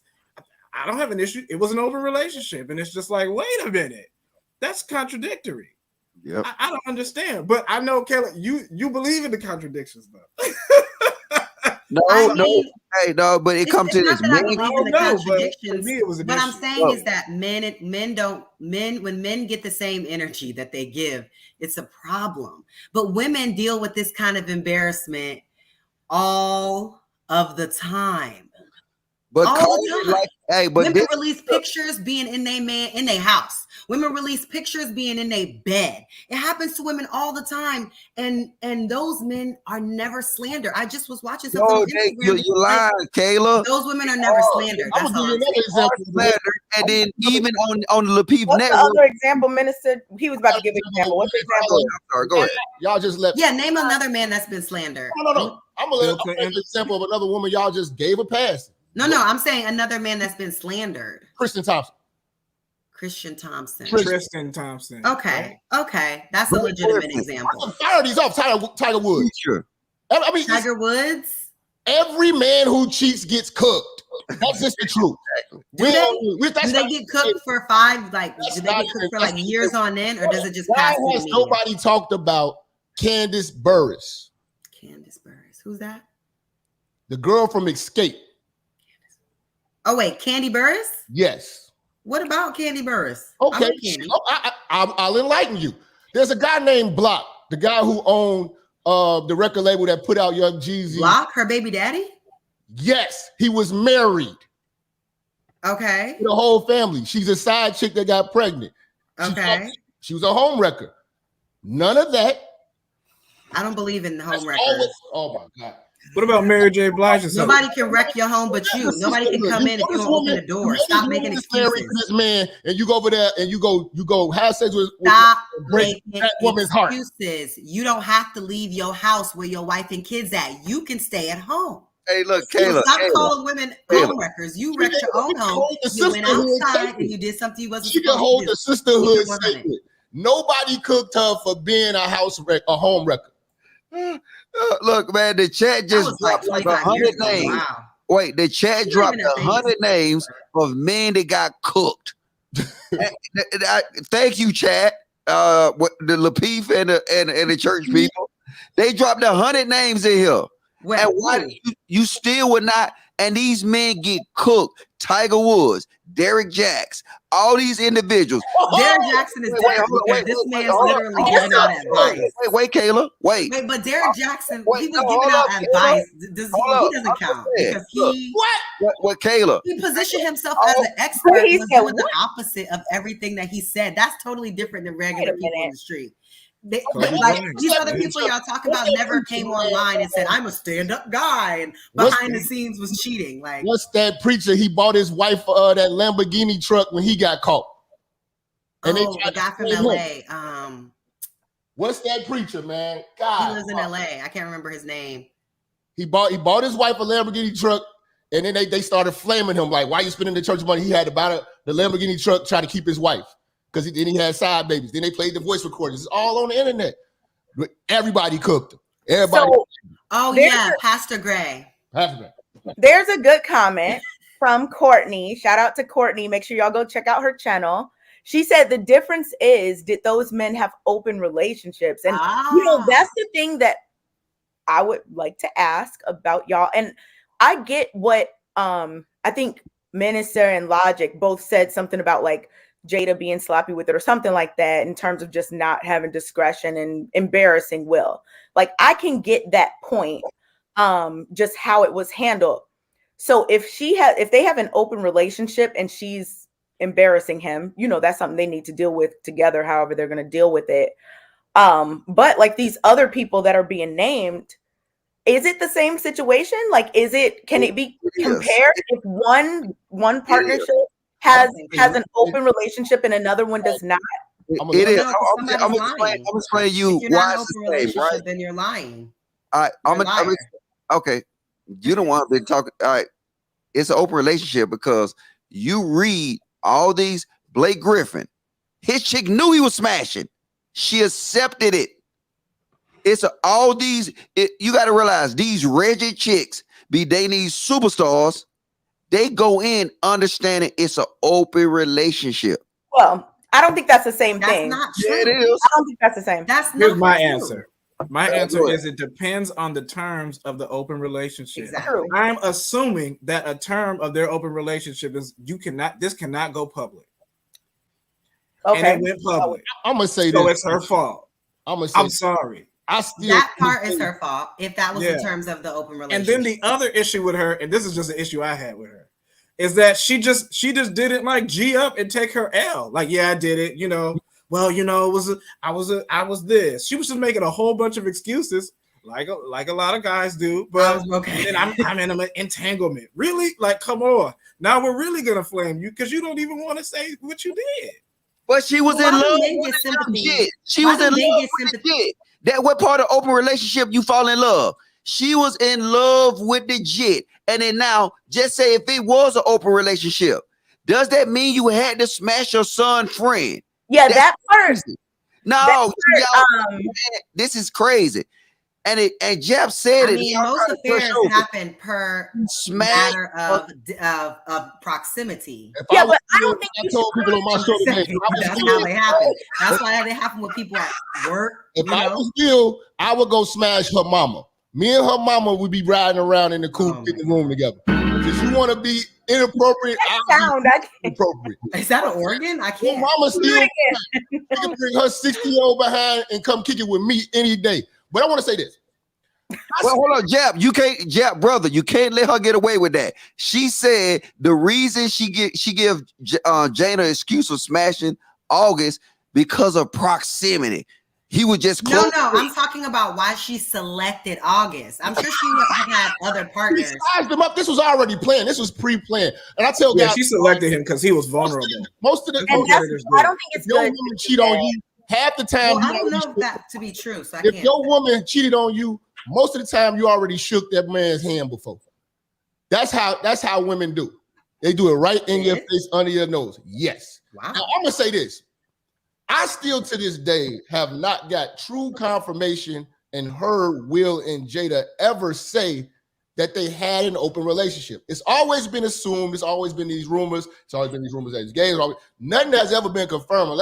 Until I see that, I don't believe it was an open relationship. I think it was just Jada was just doing her thing, and I think she got too many secrets on him, and he's scared to leave. Because I've never heard them ever go on. The only people I've ever seen say that they have an open relationship is Monique and that weak ass man her husband that she had.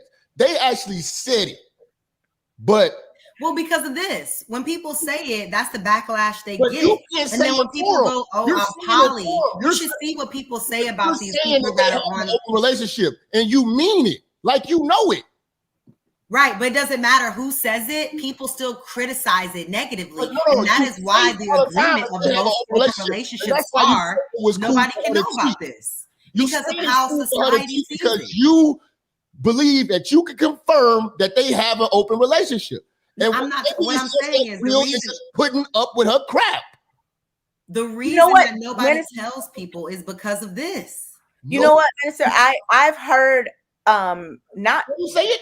I agree with what I don't know. I haven't heard them like say that specifically, but I have heard him say like no matter what, they're gonna be together. Like she can do anything and it doesn't matter. So to me, that means if you say somebody can do anything and you're still gonna be with them, that includes every single thing. And that was my So that was my thing too. Like Derek Jackson, sorry about that, but that was my thing too. Like Derek Jackson, they purported themselves to be this, just like I'm above it all. I'm gonna get on here and give everybody advice. We're gonna talk about you just need to be happy for yourself and do all of these marriage talks and all of these other things. And then this comes out. And people are like, wait a minute, you just did all of this other stuff and you're not being truthful and genuine about what's going on in your own relationship. So do you think some of that stuff that they were might be what prompted it to save face, Jonathan? What'd you say? Do you think some of the things that they kind of talk about in some of these interviews, remember it was like whenever the August thing happened, there were several interviews and whatnot that were happening around that time. Do you think that some of the things that they say in these interviews are to kind of save face? Like, well, we're just kind of, going to be together no matter what. Like, do you think that's kind of to buffer some of the backlash that could happen based on some things that come out? Yeah, I mean, I think it's like with all people, they have a public persona that they have to uphold, and they're going to uphold it because that's their brand. And that's the brand that they created. Sometimes I think it's like golden handcuffs. You have just this kind of brand, and now you're stuck in it. So no matter what happens, even if your marriage is trash, you got to go on here and say, like, we're great, and this is what we learned, and this is what we believe. And then something comes out and goes public. So I don't think they were ready for it, but they sure did clean it up well. I'll say that. I think maybe them doing that all is what kind of prompted that to even happen. I think them doing the red table talk and talking about their marriage and blah, blah, blah, blah.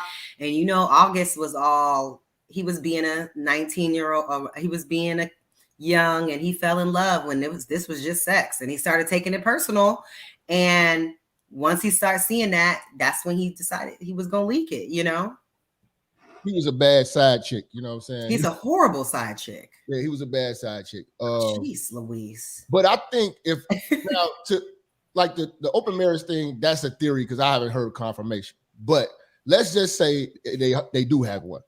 Mm-hmm. Will handle his situation with class. His situation was not tracked. We still don't have any confirmation of who Will was really with, any details, anything. Why? Because he held his situation down the right way. Jada, you had her situation and embarrassed this man. Will is lashing out. He's a ticking time bomb because he has to walk around with this woman who's completely embarrassed him. I think he went along with this as long as you don't embarrass me. Now the embarrassment is out here, and he's got to try to show that he has some type of backbone because it looks terrible. You know what I mean? Your wife is sleeping with your son's friends. You know what I mean? You can't trust your wife to be around family members and stuff. Like, you know what I'm saying? Like, you don't know who she's gonna be moving around with. She's for the streets. Then people are cracking jokes about it. She's losing her hair. You know what I'm saying? She's running around here. You gotta do something because the whole room is laughing at you. You about to win the biggest award of your life, and you got a hoe on your arm. No, Jap, this is the crazy part about it. You said it, a bald-headed skank. That's what he got. A bald-headed skank. Yeah, like having these meltdowns. Kanye's having a meltdown right now. You know what I'm saying? With his situation. I cannot. What? Come on, Logic. I don't know. I was going to say too. That's why I think, going back to the original conversation, that him hitting Chris had more to do with him than it had to do with Jada. Because for a man to disrespect your wife like that in your face, to me that means something as a married man. Yeah, you know, that means something. And for years after that incident happened, they weren't just talking about Jada. It was really about him and him being such a, you know, they were calling him a simp and weak and all these other things, Tupac. And to me, it just seemed like, now I'm here at the Oscars. I'm about to win this award, and you're going to talk about my wife in front of my face? I think he picked and chose his battle, because if that was 50 Cent, Vin Diesel, The Rock, or somebody like that, he wouldn't have got up. True. Maybe he would have just yelled out. Yeah, he might not have like walked up there. But like I said, remember they have prior history. They have prior beef prior to this. So I just think that it was Chris specifically. I feel like if someone else said it maybe wouldn't have cut that deep. But because they already have history, they've already had a falling out. They ain't been cool for years. Don't talk about me. I'm not cool with you. I don't like you. Don't speak about me. You know what I mean? Like, but see, this is the game, and that's like from a person who actually tells jokes. You know what I'm saying? Like, that joke was very light. That joke was very. It was not even good though. And exactly, it wasn't a good joke. Nobody laughed. Warranted. Like, it wasn't even, people wasn't rolling on the floor pointing or nothing like that. It wasn't like, no. It was like a joke that you do warm up jokes to get he was just, breaking the monotony. It wasn't even nothing that crazy. You know what I'm saying? Like, but again, if it's somebody that you are not on the same page with or you beefing with, and you think you're going to use the Bliss platform that I'm on, that millions of people to talk about me, I mean, when people back row somewhere, when you're in the front, Will Smith should go in the back row. A comedy show. I'm gonna tell you how it goes. You're fair game. It's the Oscars. It's not a comedy show. A comedy show so bad I had to walk the hell away. Dude would not let go. I had on my work clothes. He was roasting the dog shit out of me. I couldn't take it. You know what I'm saying? I was like, that's what happens with comedy, man. And this sensitive cancel culture, you can't even tell jokes no more. You know what I'm saying? Everybody getting sensitive, wanting to fight, do all that, man. That was a very But she just released the doc or whatever it was about. She could have kept it to herself. She could have kept a lot of things to herself. You know what I'm saying? Public figures, like too. Hey, bro. Like I said, entertainment does not exclude you from getting slapped, and we learned that. Hey, Jeff, you're wasting your breath trying to explain logical things. Kayla, it's not gonna work. No logic. Give it a rest. No, everything you presented, right? Give it a rest. Always have an excuse. It's not an excuse. Well, everything you presented, that you present your facts. Because look, you literally said no. You literally had an excuse for her sucking her son best friend dick. I did say that I didn't think that was the appropriate person to have what you said before that. I think there were other contenders. You came up with a whole list of stuff to justify it. Yeah. He's said, grown. what he said. They were It was grown. No. I said I wasn't gonna let you guys make him a victim. That he's not a victim of Of course, anything. he's not a victim. He's a victim of getting pussy. Stop it. We're No, not doing that. He's not he's a a victim. predator. He's not a victim. Hey, bro, play that. Hey, play the organ, man, because that shit ain't gonna work. Let the church You cook. know what? He's not a victim. He was If a having sex with man- somebody. He ain't a victim. if somebody's dad did that same thing with like their daughter's friend, I would be. Steve Harvey did that to Lori Harvey's friends. Y'all will be. Yeah, I get that. I get that point because I think that the part about that being like a family friend, their children's friend, and him being in a vulnerable state and all this, I think that, you know, those are not things people should do, whether somebody is grown or not. You should not, you know, do that to anyone, if at all possible. And I think, you know, she could have moved a lot better, because I would have the same feeling if it were a man. Even if there was a grown woman that was somebody's daughter's friend, I would still be like, come on, of all the people on earth, like, this is the person. So I get that point for sure. Then you know what I'm saying? Will don't have no backbone. First thing I'd have said when she even proposed this, when did you become a mental health specialist? Why you got this man ain't staying in my house? You know what I'm saying? She deceived Will into thinking that she was really trying to help and do her philanthropy thing or whatever the hell, all in the house. You know what I'm saying? He's staying over there right under his nose. And when it goes down and y'all fall out, who's the first person you go to? The person you're most comfortable with, telling all your secrets, talking to every day, the person right there. You know what I'm saying? And that's how women cheat. That's why when y'all cheat, it's worse than when we cheat. Because when we cheat, it's no emotions, no attachment. It's always just some random drunk off the Henny. She meant nothing.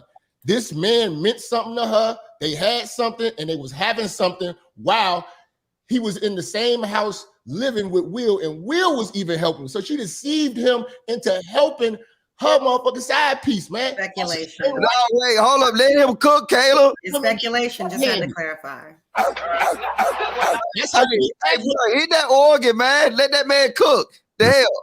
He cooking. That's how you get backhanded, man. The backhand. That was a long one. Man, the backhand was for Jada, man. That's who should have had that. You know what?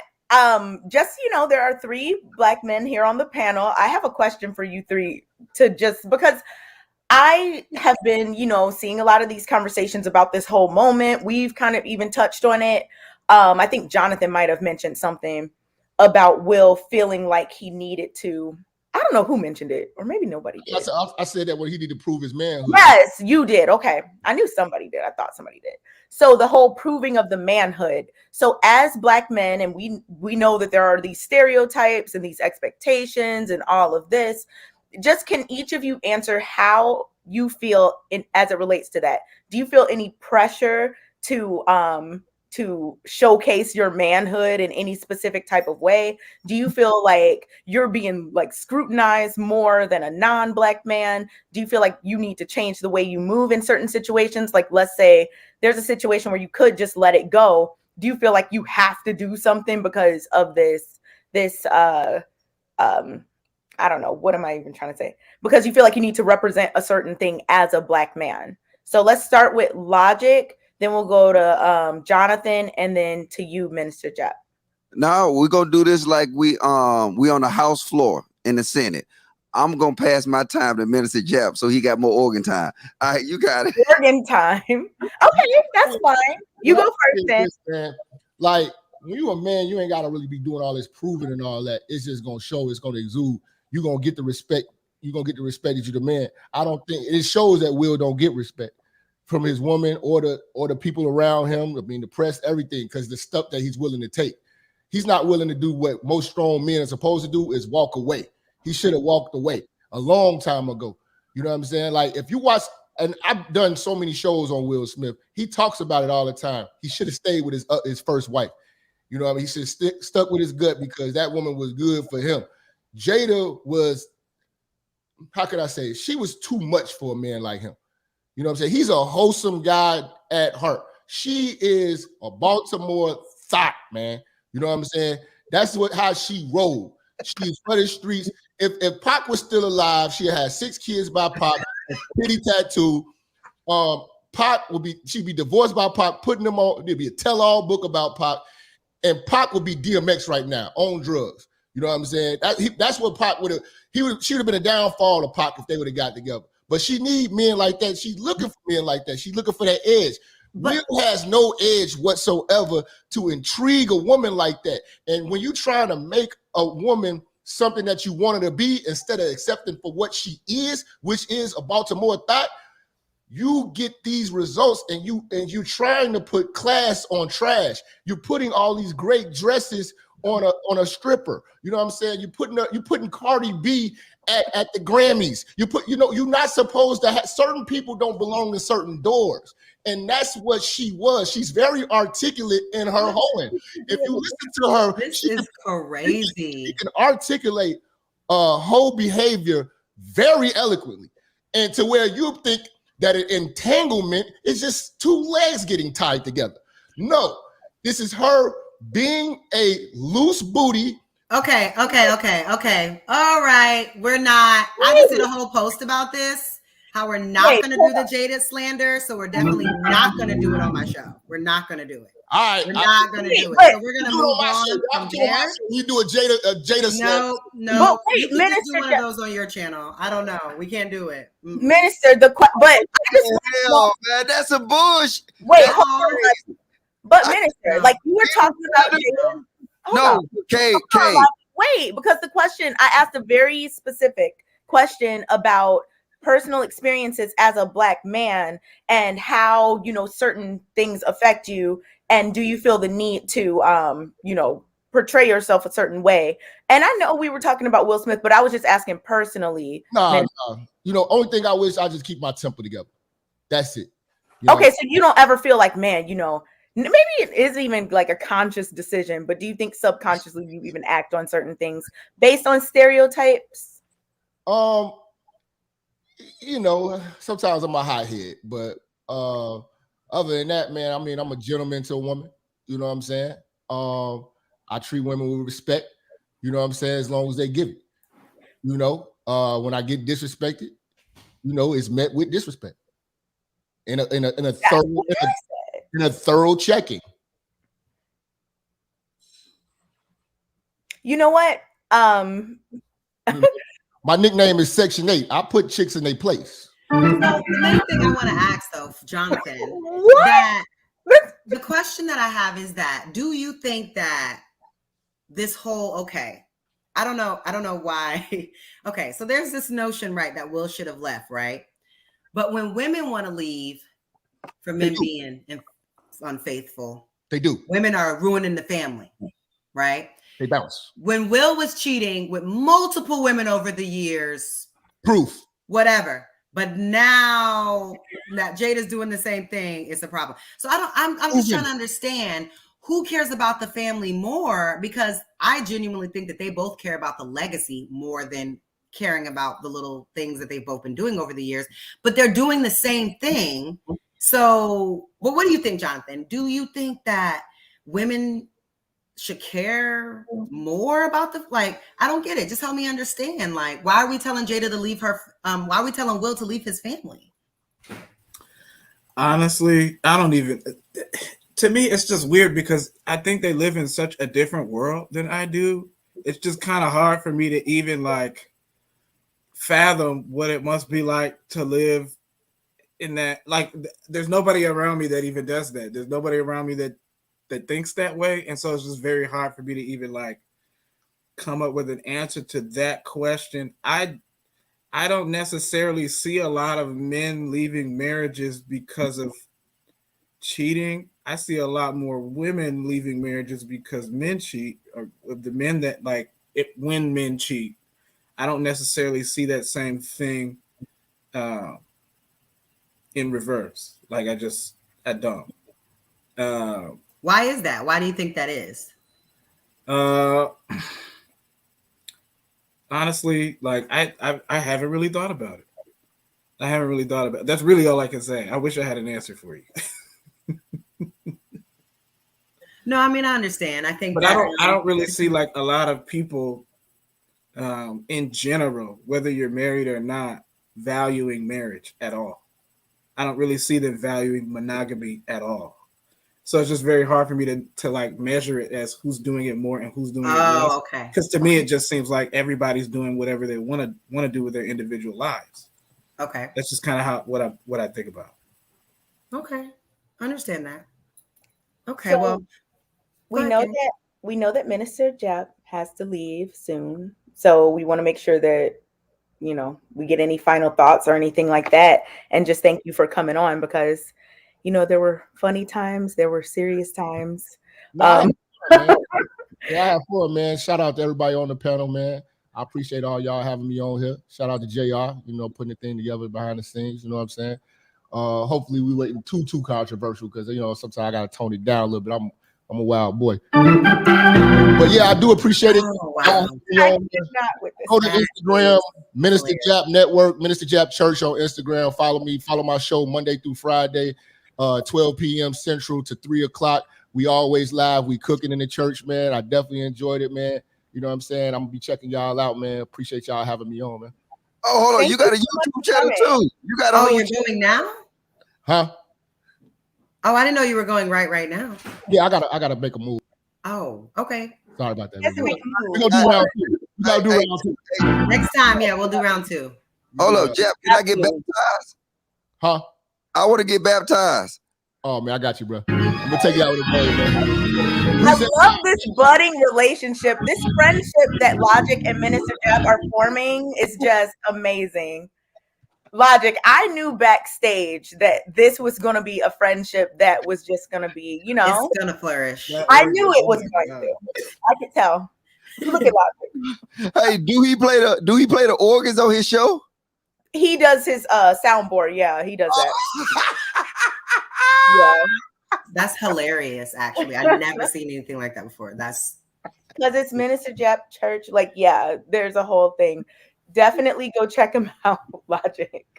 I was going to answer your question, though, Kay. Yes. The question about Go ahead, Jonathan. To answer your question, personally, not anymore. So for me, my manhood is self-affirmed. Like there's nobody that can tell me or make me feel less of a man. And I think it's generally the same for a lot of black men. I think black men are so resilient because people for the longest time haven't considered us to be men, not just like in terms of like what they say, but in terms of actual policy and law, that we just do kind of what we want to do. It's self-affirmed for us. Now, my issue is more about like their ideas of manhood, not necessarily them believing that they're men themselves. It's more about like, what do you mean? Like, what does manhood mean for you? And then how do you act that out in life? And then also, like, once again, going back to conspiracy theories, who benefits from what your idea of manhood is and how you operate in that manhood? You know, well, I definitely want to get Logic's answer to this, but I have a question for you too. But Logic, what is your answer to the question about do you as a black man ever feel pressure or like you have to respond a certain way in certain situations just because of all like the stereotypes and the societal pressure to behave, I guess, a certain way? See, it's not societal pressures. What we do is we conform to women need. If you want to really just keep it funky to think about like everything we talked about in this show, right? Lack thereof. We talked about the presidential election that just happened, right? Who spearheaded the campaign for Joe Biden? Black men fell in line. So we will support our women even though we know it's going to destroy us. And even though our women can talk to us, like I said, Kayla said some crazy shit, but I still got love for her. And then hopefully one day, she cool though. Listen what I'm saying. Just hit me out. The feelings are mutual, darling. All right. So the thing is that's our problem as men. We get out here and we put ourselves in a role to protect women who don't even respect the protection they get. You know what I'm saying? If you want to compare it to Will Smith, his wife then sent him through the ringer It's like it's no way anybody should know her true feelings for Tupac and this man dead. There's no way that shit ever got out. There's no way that her relationship with this August kid should have ever got out. But when push come to shove, that man got up there to try to protect what's left of her honor. And then we fall victim to that all the time until we see and say, you know what? We gonna let the girls for the streets be for the streets. We gonna let them hit that. We gotta let them crash. How do you decide, Logic? How do you decide, just not even in a dating situation, but let's say in any situation, let's say you're out for a walk and you see something, like how do you decide when and how to respond to certain things that are happening around you? For example, like if you see a woman being, I don't know, attacked or something, like anything, how do you decide? We gotta go against our impulse to actually protect these women. Because I didn't see it, and trust me, I didn't been the one that I seen a chick slam a Heineken ball upside a guy's head, right? And I'm the one that's grabbing the dude. Like, nah, bro, it ain't worth it, right? But see, think about if I didn't do that. That chick probably would have got hit, but she would have learned a lesson. So now, what I did by me protecting that woman, I made 10 more victims because now she thinks she can get away with it. So I think as at some point in time, men gotta let these chicks fend for themselves. We gotta let them live with the decisions they make, and by them doing that, they will have that experience to sit here and say, "Okay, oh, you look confused. Go ahead."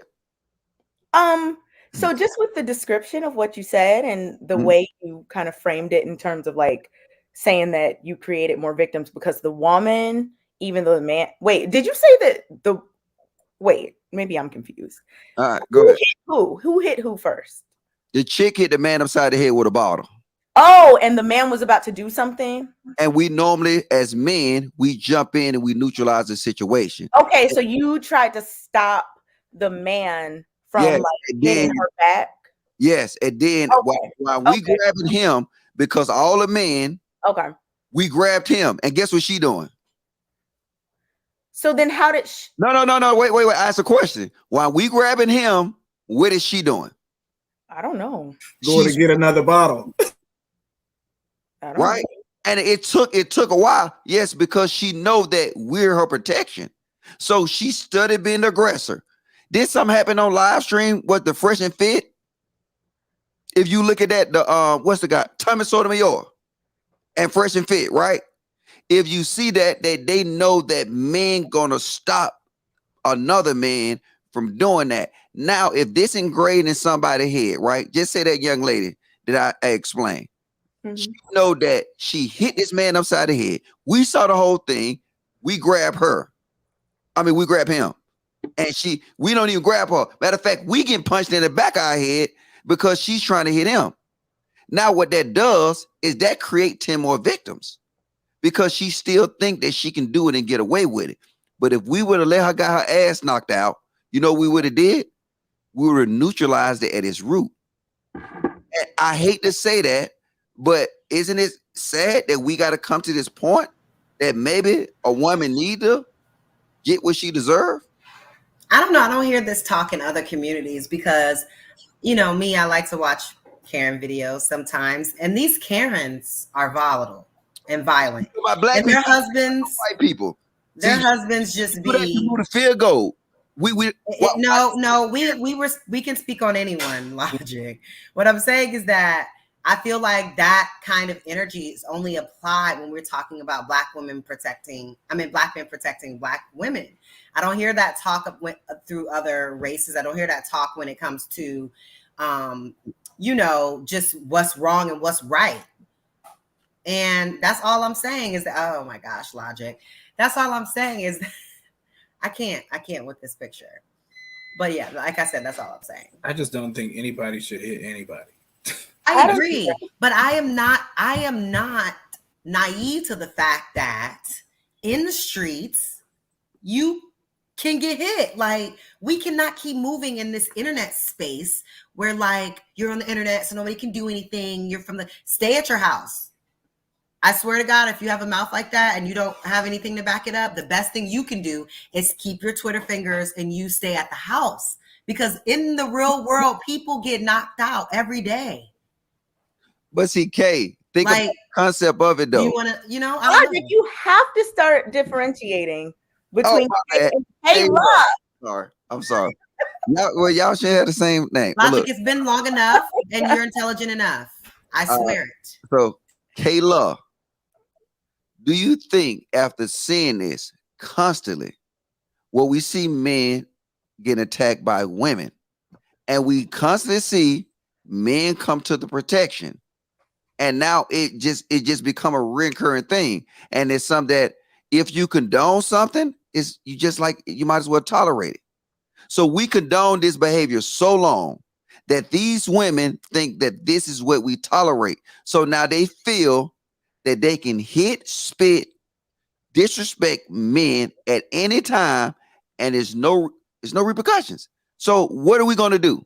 Do we continue to sit here and protect these women that's overly aggressive, that's over masculine, or do we say, you know what? I even say we do it for a year. I said for the whole year, the rest of 2022, we let them fend for themselves. You'll be surprised how women will start moving. People got guns now, so I don't even know. You got But all that excuse. I don't think that a woman getting hit by a man is going to make her say, okay, I'm not going to hit anybody anymore. I think people are violent because they're violent. I mean, it's kind of funny we They're talk gonna be about violent. this. I But are we really not the think- most violent country on the planet? No, but Are we not the most think- violent country No. on the planet? We go everywhere and still kill and do whatever we got to do. This And is now we're in the mirror. We're like, oh my God, a slap. Like, No. come on, y'all. this is what I'm saying. I'm telling you, if a woman get hit by a man, it's only gonna take one time. Do I think am I condoning that? No. But at the end of the day, what do we continue to do? Continue on the path we on now? Okay, so Logic, wait. So what do you think? Because what you're saying all sounds very reactive. And I think we should think about some proactive steps.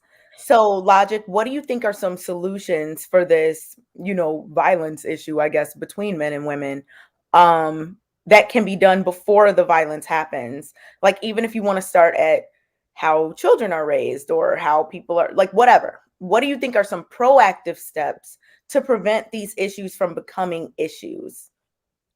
First, maybe I don't know. I'm throwing stuff out there. Quit fucking with them. Like, don't fuck with them no more. Because it's not happening on no other group. No other time do I see at the majority. When I normally go out, no matter where I'm at, and a fight break out between a man and a woman, I can almost put money on it that is a black male and a black female. And then guess what? Is it some little twinkles of it? Yes. But I'm saying the thing is, the only way you can sit here, you can try to avoid it. And the only way you can avoid it is stop fucking with them. But what other options do you have? But think bigger. What can help us, like, as a community, prevent these types of coping strategies, I guess, that people have of resorting to violence? Like, what are some higher level things that you think can happen besides, like, when you're already in the moment? Like, what are some preventative steps that people can take so that I think men do. Men do that already. Men actually, what you're saying in the moment, men will try. No, I'm not talking about in the moment. I'm talking about No, I'm talking about before the moment. Proactive, not reactive. Before the moment even happens. Like, let's say if you have children, what would you do to raise them into individuals who are not going to end up in these fighting situations? Like, I've never fought with a man before. So, like, what can you do as a father to make sure that your sons and daughters don't end up in certain situations like this? Keep my kids in the suburbs. Keep my kids in the suburbs. Don't send them to black colleges. Hey, Look, I don't like that. But the thing is what you got to realize. what you said? Wow, so they don't fight at Wait, let PWIs. me They don't fight explain. in white neighborhoods. Hold up. Let me explain. Because around these certain areas, this behavior is not in that environment. Look, I only see this type of behavior in certain environments. So if you asking me for my kids, what I can do. So if my neighborhood is full of drugs, gangs, and killing, what can I do to stop my kids from selling drugs, killing, and all that? Remove them from the neighborhood, right? Remove them from the environment. Jonathan, you said black colleges. I saw you make a face, Jonathan. I would like for you please weigh in, because I think, Logic said a couple of things. So Jonathan, what is some of your feedback on what he said, and what are some of your solutions, or like being proactive? What are some things you think should be put in place in the family structure or community structure or whatever to prevent some of these things? Yeah, so violence, domestic assault, domestic abuse they're not racial issues. They're not racial issues. A lot of the time, it has to do with other larger social factors: mental health, access to resources, access to food, drug and alcohol abuse. Maybe a family dynamic and how you were raised, right? And so, do we see it in our communities? Yes, right. But are they exclusive to our communities? No. It's just a fact. No, but see, you missing my point. Is it overwhelming in our community? No. What? No, it's not. No. That's the thing. I think that, once again, going back to the conspiracies, there's a reason why we solo in on like black folk or Latinos or other folk when we talk about things that are killing, when we talk about rape, when we talk about domestic assault and violence. There's a reason why we solo in on those things. It's by desigin.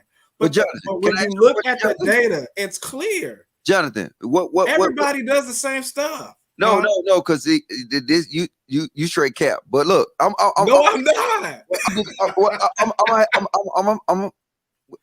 go ahead and have this conversation. Go ahead. So, what city you stay in? I'm in California. California. You talk about a city? Yeah. What part of California? San Diego. Huh? San Diego. Yeah, Shit, I don't know about San Diego. But you ever been to like Atlanta, DC, Detroit? Atlanta. You've been in Atlanta, right? Uh-huh. All right. So downtown Atlanta, right? Uh-huh. You make sure you lock your door, right? Yes. Shouldn't you lock your door everywhere? I lock my door everywhere.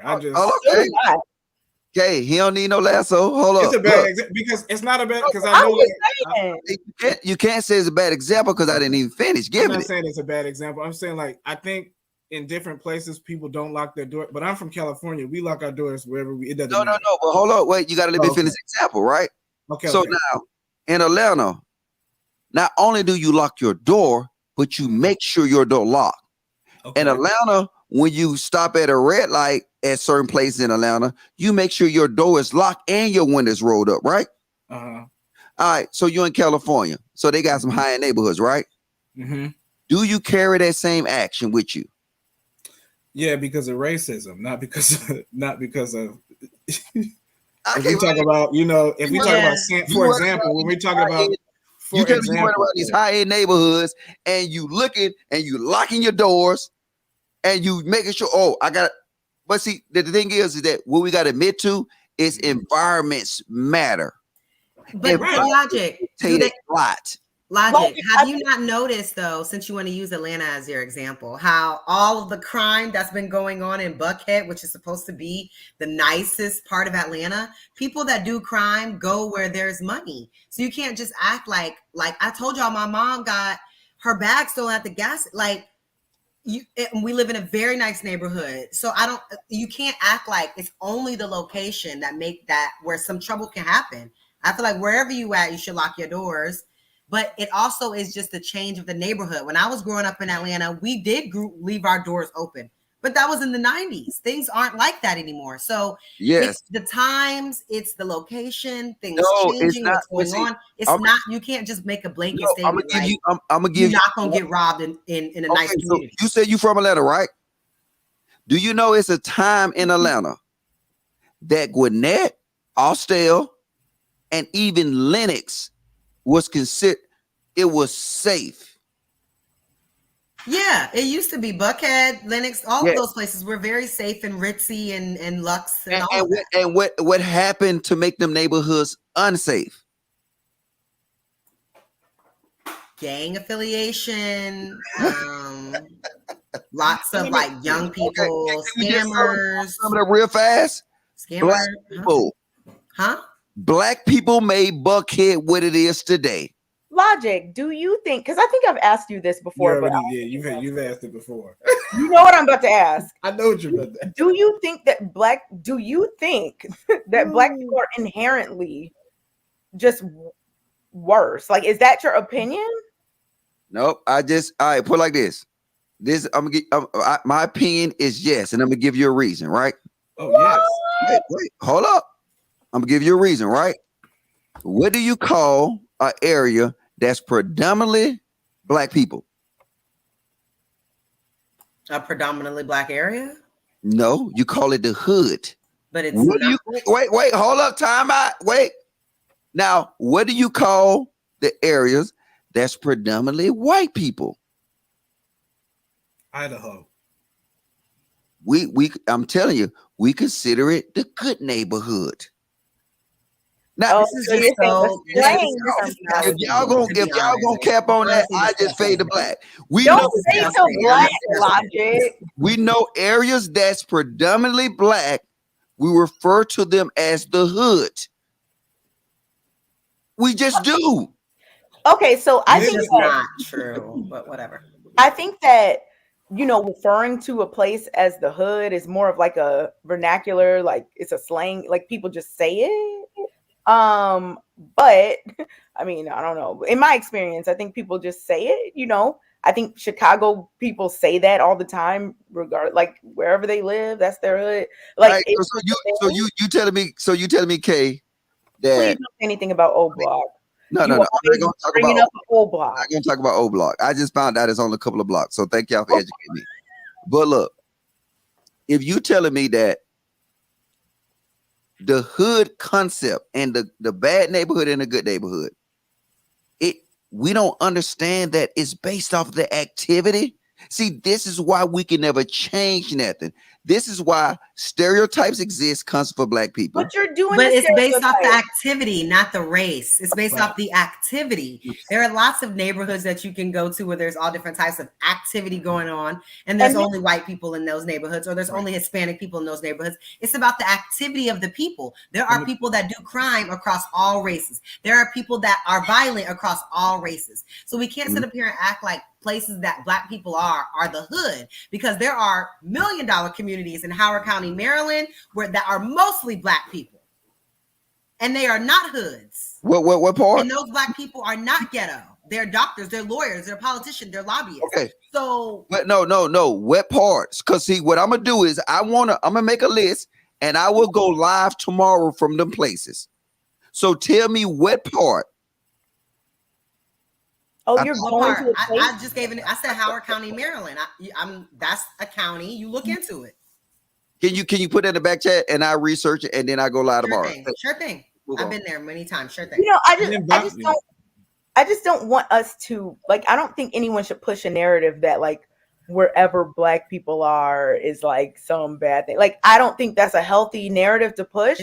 Now, there's a bigger conversation to be had about why certain neighborhoods that are predominantly black or, in certain areas of a state are in the socioeconomic condition that they're in. There's a whole there's a whole thing about that, like all the way back to like redlining and all these different things, educational opportunity. Like, there's a lot to be said, and there's a conversation that can be had, but to just like be like, you know what, if black people are there, it's this way, and if they're not, it's this way. Like, we can't do that.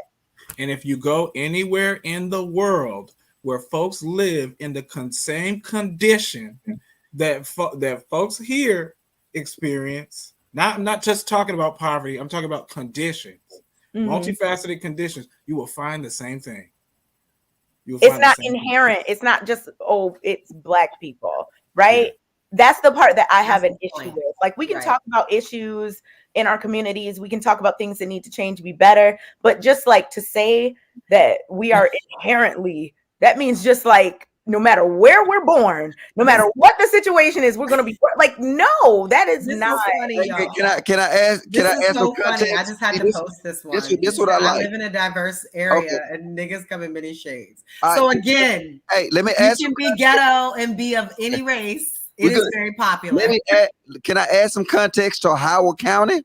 Howard County has the largest wait. Let me amount of wealth of Black people in the whole United States. That's why I gave it to you. But go ahead. Sorry. Okay. Howard County got 162,000 white people. African American people has 63,000. So right now it's 100,000 more Black people. Also, I mean, not the ratio for most places in America. No, wait. Hold up. Let me finish. Also, the jobs is mostly federal jobs. No, but see, now you want to try to develop a story. We're not talking about what the people do. We're not getting down to their credit score. We're not talking about that logic. We're just simply talking about neighborhoods. Can you please logic? Stay topical. Can you please hear me out? Stay topical. I am. Now, if you know, like I know, federal jobs consist of something called federal jobs consist of something called security clearances. And now if you look at the people that's not even from this area. So when you say all this is they call this the hub for the DMV area and the federal workers, and it's still mostly white. Why do you think that is, Logic? Why is it not mostly white everywhere in this country? That's what I was trying to understand. Where can you go? What city can you go to? Name a city. No. Name a city you can go to that's not mostly white. Listen, the population of white people don't outnumber the population of Black people. Name a city right now. The Atlanta. That's the only way your point makes sense. The Atlanta metropolitan area. Bro, you think there's more? You think there's more Black people in Atlanta than there is the Atlanta metropolitan area? Yes. Okay. Now prove me wrong, like I prove you wrong. Okay. I cannot with Logic and Kayla. Y'all go do. Look, while we start bringing some callers up, y'all do all the go ahead and get the callers. I see Kayla looking at her screen, Logic looking at his screen. Y'all go ahead and do the Googling. I know my city. But Kayla, why we can't admit, I use her example. She said this area was majority Black. I didn't say this area was majority Black. We were talking about neighborhoods where there are majority Black people. That's what we were talking about. You're saying that neighborhoods that are majority Black people are hood and ghetto. And what I was giving you a reference is a neighborhood in Maryland that is majority Black people that are residential in that area. And it's not all hood and ghetto. There's a hood in every city. So now what I'm saying is that just because Black people occupy a space doesn't make it ghetto. I don't understand how that's hard to understand. Yeah, that's the part that that's so fucking weird. I'm sorry. You don't want to push the narrative that anywhere Black people are is a certain, negative. Like we don't. What is SBE? I've been seeing a lot of people put this in the chat. I don't know. What is SBE? All right. I've been seeing this term being used. So we're gonna bring up two callers. Somebody, I don't know what.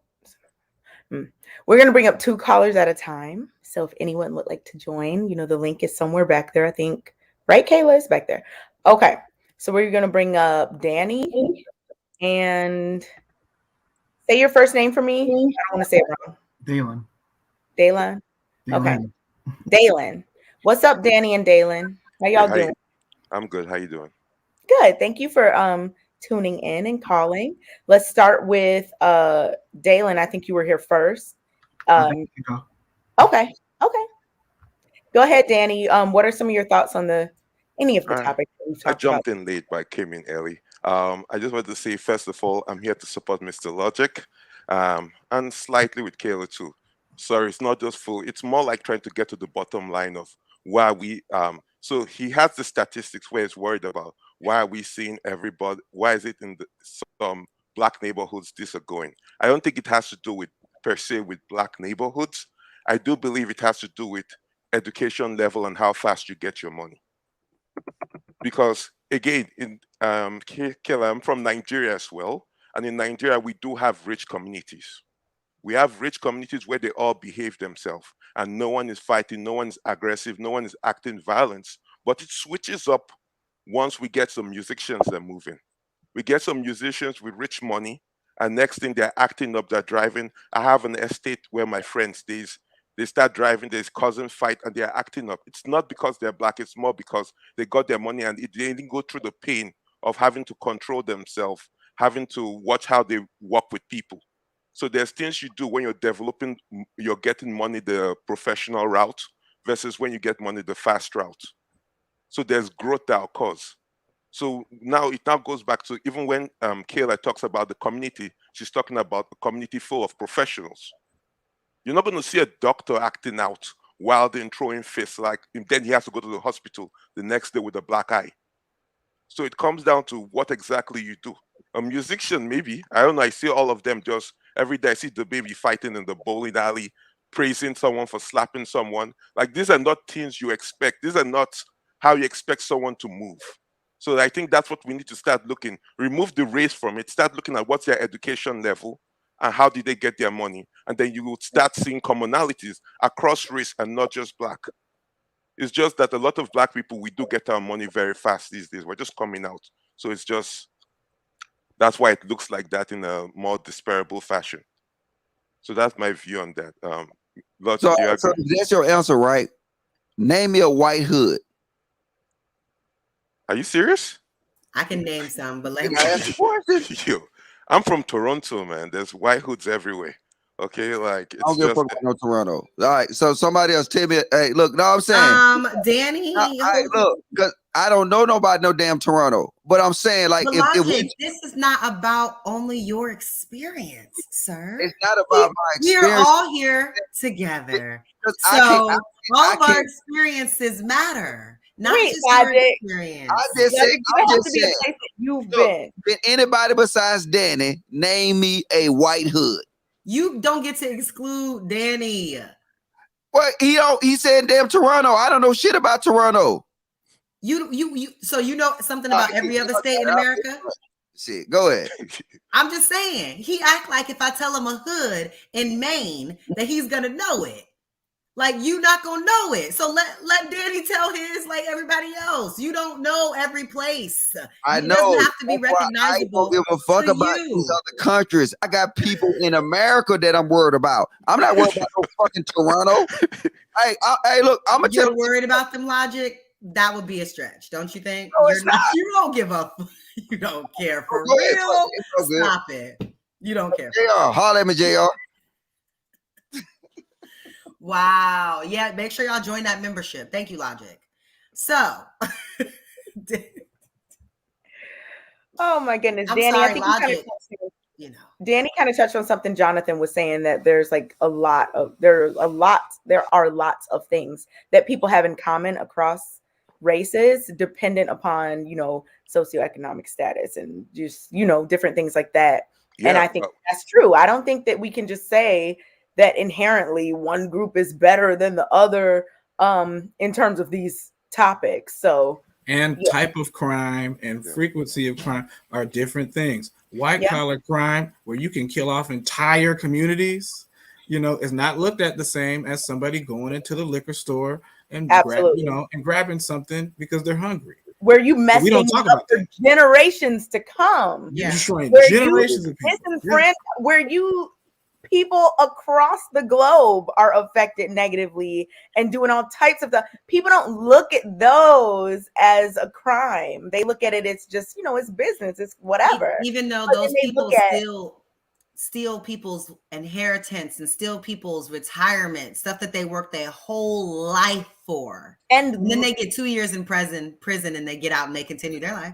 There are no billionaires without, there is no ethical I don't want to say certain things, but people are out here doing some stuff, and it's not just like face-to-face robberies and things like that. There are things and companies that are literally ruining not the planet, entire countries, entire neighborhoods. There are people being exploited across the globe, and the fact that people somehow think that these people that do this are better than someone who robs somebody, I just can't understand. Now, none of it is good. I'm not saying, none of it's good, but just that level of just like compartmentalize. I don't even know what the word is, but like, what the problem, Kay? Look, I agree with that.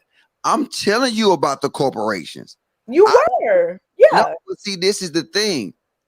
This is our problem as Black people. You see how I can sit here and say the corporations is greedy. They funnel money. They got them. I mean, it should be considered tax evasion what they're doing. I'm with you. I'm giving you that, right? But why is you gonna sit here and deny that a hood is a hood? I'm telling you, see, because the thing about this is corporate greed, it builds generation for them. It builds generational wealth for them. What do our hoods build for us? Dead bodies, baby mamas. Let's keep it. Let's be even across the board. But you said everywhere that Black people live is a hood. So, if I'm connecting the dots, you're saying all Black people, like that's what it sounds like. You're saying it's just like all Black people are doing it. Where I live is not the Let me say this. I'm gonna say it again. And I'm Black. I'm gonna say it again. Now, I'll make sure you listen to me, Mr. Henderson. You're a smart guy. You look smart. I mess with you. Now, watch this. What do you call an area that's majority Black? A Black area. You're not going to do this and sit here and demonize, because you're talking about me. You're talking about me. You're talking about my family, and we're just not doing that. People, just because a Black person lives somewhere does not mean it's ghetto or hood. Stop it. Ladera, where I live is not ghetto and hood, and I'm Black. Carson, California. There's a whole bunch of places out here. Okay, drop them in the back chat. I cannot with you in this. Drop it in the back chat. Every time. Logic, really quick. In Atlanta, the white population is 214,000. The Black population is 240,000. The Asian population is 28,000, and Hispanic population is 30,000. So again, Black people are not the majority in Atlanta. Just wanted to clear that up with some actual facts from the census 2020. But go on. What? No. Say it again, because you went on. Oh, we gotta watch it back. You gotta watch the show back. I don't know. Can't do it. No. So what is in Metro Atlanta? You telling me in Metro Atlanta, a majority of the people in Metro Atlanta. You heard what I said. She said. If we're talking about Black versus non-Black, she's saying that there are more non-Black people. No, but I said, is it more Black in Metro Atlanta? Is it majority Black people? And her stats prove me right. I think there's a misunderstanding between what y'all were saying, because I'm gonna prove you right. If there's 214 white people, 30,000 Hispanic people, 28,000 Asian people. How is that? Kayla, I think he's looking at each group and saying that Black people have the biggest group, but you're saying Black versus non-Black. No, Black versus non-Black. If we say, and we go to a school and say, what is the majority of this population? What is their race? And if Black people is 58% and white people is 50%, or whatever you want to do, right? The majority, what my math is. I'm like, do they add up to 100? I'm pretty sure. What she did is she proved my point to say that a majority of people in Metro Atlanta is Black. They're not, though. So Okay. you know, before we, you know, Can we That's all unravel the this numbers. first? going back and forth about this, I Sorry. know Jonathan has to go. We want to see him off. Thank you so much for coming, Jonathan. As always, provide a great perspective. We hope to have you back. Thank you all. I appreciate all of you. Learned so much. Logic. Oh, we got to talk. We got to talk. But I appreciate you with too. you. I was cool with you until you started sipping. But look, you my brother. I talk to you. Put your email in there. I talk to you. I'm gonna send you my email. Yeah. I want to talk to you in front of no women, because now you're gonna empower them, because they already goddamn is. Yeah, there you go. I got you. I hit you up, brother. Logic. All right, thank you, everybody. Thank you, Jonathan. All right, I just have a question, just a follow-up question for Logic. I'm curious. Hold on, I'm curious why he says majority black people are ghetto. So if it's majority black, you're calling it ghetto. Why is that? Say it again. He asked, why do you call black people ghetto? And then I'll ask Like, when it's majority black, why do you call it ghetto? I didn't see now. You see now you misquote me.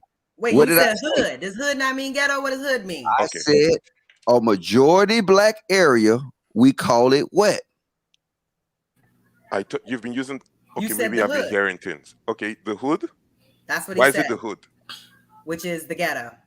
Why is it hood? Because when you get a majority of black people in one area, a lot of the bad stats increase. I'm just keeping it funky. I just think it depends on the people. It depends on the type of people.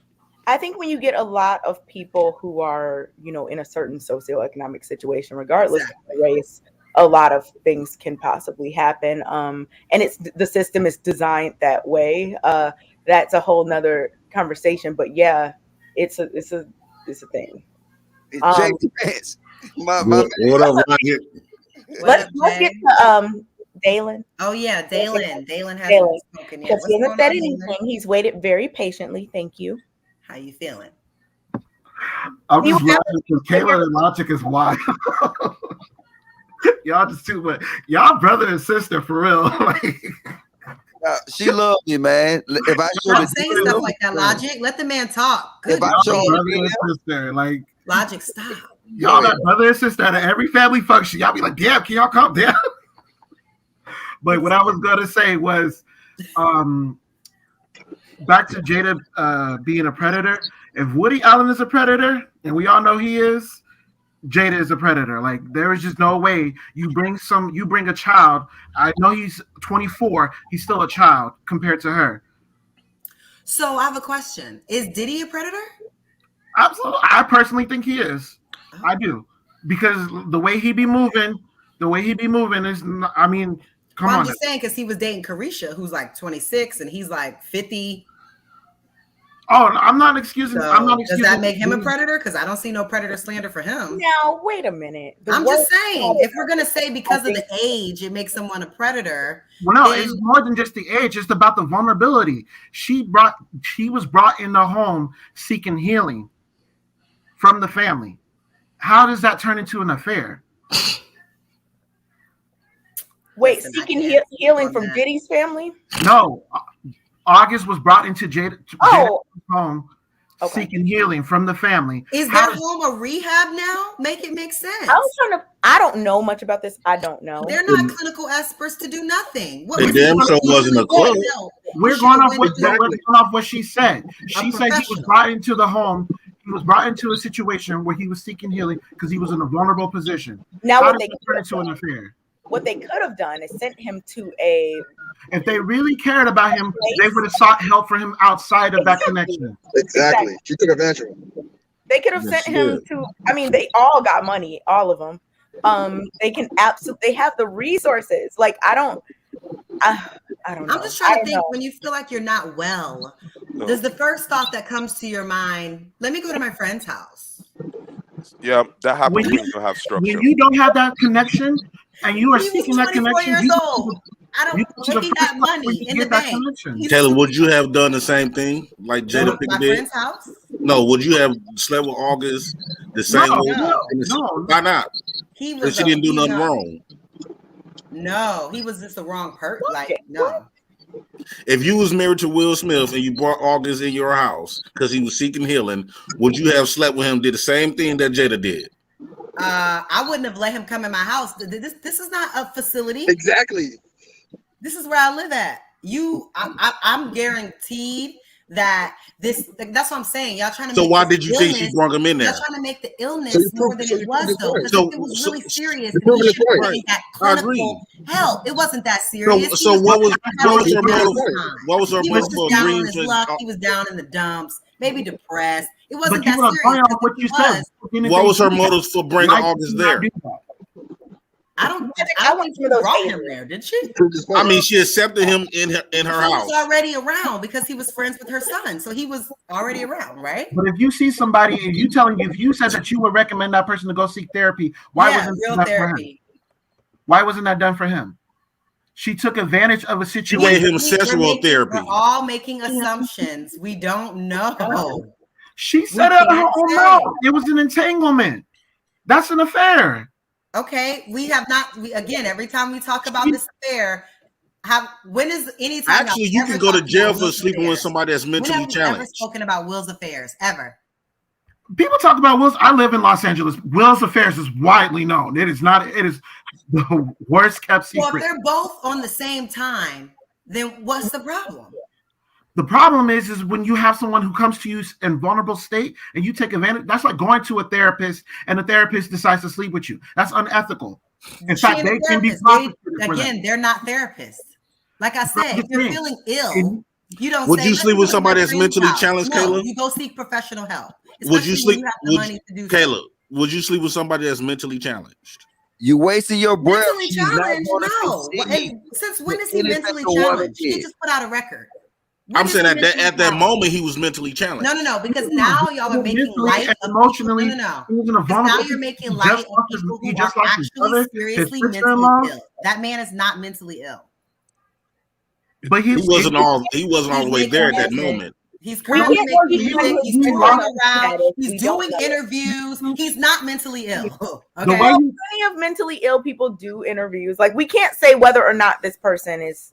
To I me, can't- she's no different from say Bill whether or Cosby. not. I don't know. I just can't say for sure because we don't know the circumstances. For me, all I know is if someone's really ill, they go to someone. but we're going by what she said. Professional. That's all I'm saying. We're going by what she put out there. No, she didn't. He did. Remember, this wouldn't even came to light if he didn't shut the hell up. He was the one who was about to release a So single. you mad because he opened his mouth? That's what mental challenging people do.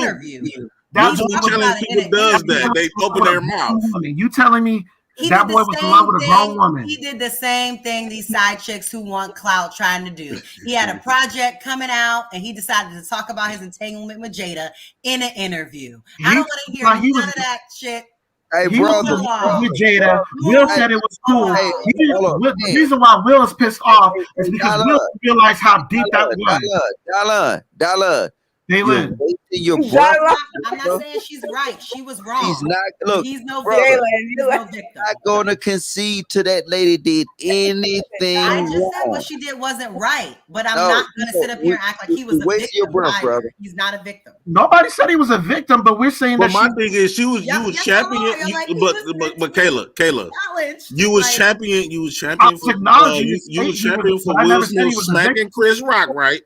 Since he didn't want his wife to take a joke, but he could accept a man to let his wife take some D.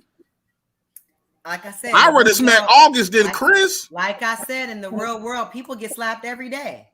But like August was slapping them cheeks. But Jay Prince, y'all wasting y'all breath.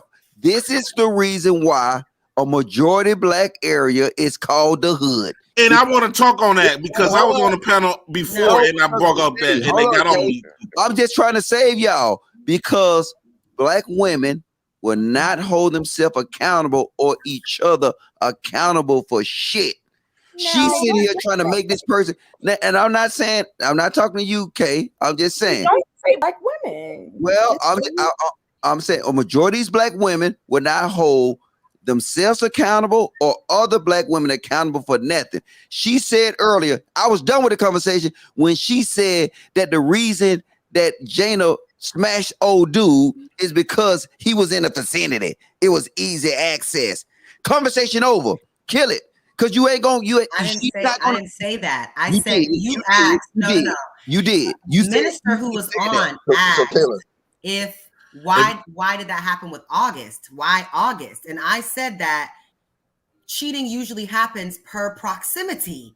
People that are around other people a lot, that's what usually happens. Whether it's somebody at their job, somebody at their church, they're around a lot. I wasn't making any excuse for their behavior. It's not right. But they specifically asked why August. Kayla, you is proving everything that I said on the Sage Talk the other day. I can't let her get off the hook. She said proximity, I said environment. She said proximity, I say in the area. People usually cheat with people that are close to their proximity. That's now you heard that Tom Dog. In area and that doesn't make it right, but that is a fact. Okay, all right. Y'all got it. All I want to just ask you this. So you're saying Will is not the victim, right? You're saying Will is not the victim in this situation. I'm sorry? You said Will is not a victim in that situation. No, I was saying August was not a victim. But is Will a victim with the whole August and Jada? No, because Will allowed this. Will was fine with this. Will was up in the house with this man. And if it's cool with Will, then who am I to say it's a problem? Will was cool with the smashing. He wasn't cool with the love. Especially when Jada and him talked about how they hadn't had sex in a year. What do you think Will was doing for this year? Twiddling his thumbs, playing Uno? I don't know what he was doing. He was just upset that her infidelity came out and she couldn't keep it under wraps. They both doing the same shit. You think that for a year, when he was not touching Jada, he was just... Yeah, but the problem is she embarrassed him. No, he was getting his rocks off with somebody else. No, Caleb, the issue what if Willow's friend was over and Will was sleeping with Willow's friend? What would you say? I'm sorry? What if Willow's friend was staying at the house and Will was sleeping with Willow's friend? What would you say? Like I said, it's a problem for all of them. The whole thing is a problem. You'd be calling her a victim. Huh? You'd be calling that girl a victim. I would be calling the girl a what? If his daughter's friends, if Will slept with his daughter's friend, you've been looking at his daughter's friend like a victim. No, I would not be looking at her like a victim. Again, if at 24 years old, you are not a kid. You're a grown person. So that's cap. Lamar, I think you haven't said. I live in Miami. I have tons of friends that date dudes that are 50 plus, multiple. You think I look at them like they victims because they date older dudes? Just because you date an older dude don't make you no victim of what? But how many of them you decided to date an older man. What makes you a victim? How many of them? I want to talk about one of these neighborhoods y'all was talking about. If it's consensual, it doesn't make you a victim. But he went there for other reasons, and that turned into an affair. That's the problem. You go to a doctor, and the doctor's like, okay, let me smash. You're not a victim? Again, so that mindset, if Kayla, if your man was to bring another man around you, he cannot, with that mindset that you agree, your man should not never bring another man in his house as long as you there. That doesn't make because you would possibly sleep with him. What? That doesn't even make sense. We're talking like about let us say my cousin or my friend need a place to stay for a couple of months. You living with me. You're not going to make this personal. This is not personal. Okay, we ain't gonna make it personal. Let's just say if a woman, let's just say if I got a woman, right? Don't turn it around and make it into something different. Okay, let's just say if I got a woman living with me, right, Kayla, and my friend needs somewhere to go for a few months. What you saying is that she could possibly get turned on and be fucking my friend. I don't put nothing past nobody, not even the people I love the most. Everybody is capable. That's fair. Of doing anything. So at the end of the day, I'm either going to decide I trust him or I don't. I'm not about to be worried about it. Either I trust you or I don't trust you. I'm not about to be twiddling my thumbs, spending my time wondering, what are you doing? What might happen? Blah, blah, blah. Either I rock with you or I don't. And if it happens, then it happens. But I can't worry myself to death about what you might do. There's no reason to be with you. So either I'm going to trust you and I know that you'll do the right thing. And if you don't, then you don't. If you do, then it's great. But I don't put nothing past nobody. That's a good answer, Kayla. That was more authentic. Lamar the kid has not said a word. Thank you for your patience. We would love to hear what you have to say about any of the topics or what they were just talking about. Yeah, I have to go with Lottie the rest. Like, we gotta call things out for what it is. Yes, he was grown, but she, in her midst of her mindset, she still preyed on him. Well, for whatever that she needed out of him, whether it was sexual, emotional, she still preyed on him. And he was going through things. He had he had whatever type of disease he had, going blind, stuff like that. You said he was coping. So and I think y'all said on the show, a lot of Black people don't go to therapy. They usually, if they do tend to go, it's usually someone that's close to them or whatnot to talk about their issues or whatnot. So if he went there seeking for that and then it ended up turning into an affair, yeah, something, like you said, we don't know what conversations they were having. I could kind of see how it played out, but without being there, we don't know what conversations they were having. But in this instance, if it had been a man, it would have been, yeah, that man was praying. Like, we just got to keep it consistent. She prayed on him or whatnot. She saw that vulnerability and she used it to her advantage. This is what now. Did he consent to it? Yes, but you know, it is what it is. So this is like a legal versus a moral thing. Like, yes, everyone can agree that this is like a legal situation, consenting adults, whatever. But then the moral situation is where people are kind of having the disagreement. Like your pastor, and then all of a sudden he's sleeping with your wife. Like, what happened there? Well, I wouldn't compare a pastor situation, but I get what you're saying because it's a person that. Wait a minute. I didn't know Lamar. I didn't know he went blind. He August was going blind. Dalen, the pastor. Yeah, whatever situation disease he had, yeah, it was supposedly turning him blind. So you mean to tell me the last thing he will possibly see is my wife's vagina before he go blind? No, I'm not. Why would he want sex? Just so weird. I just can't. Kayla, I don't think it even has to be as far as like a pastor or a doctor. I saw you bring up some of those analogies earlier.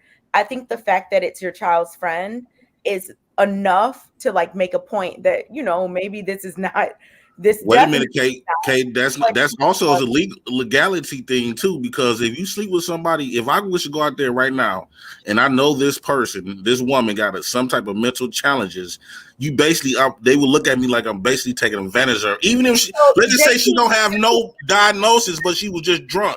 If they look at it, if the woman's not in her right mind, let's consider.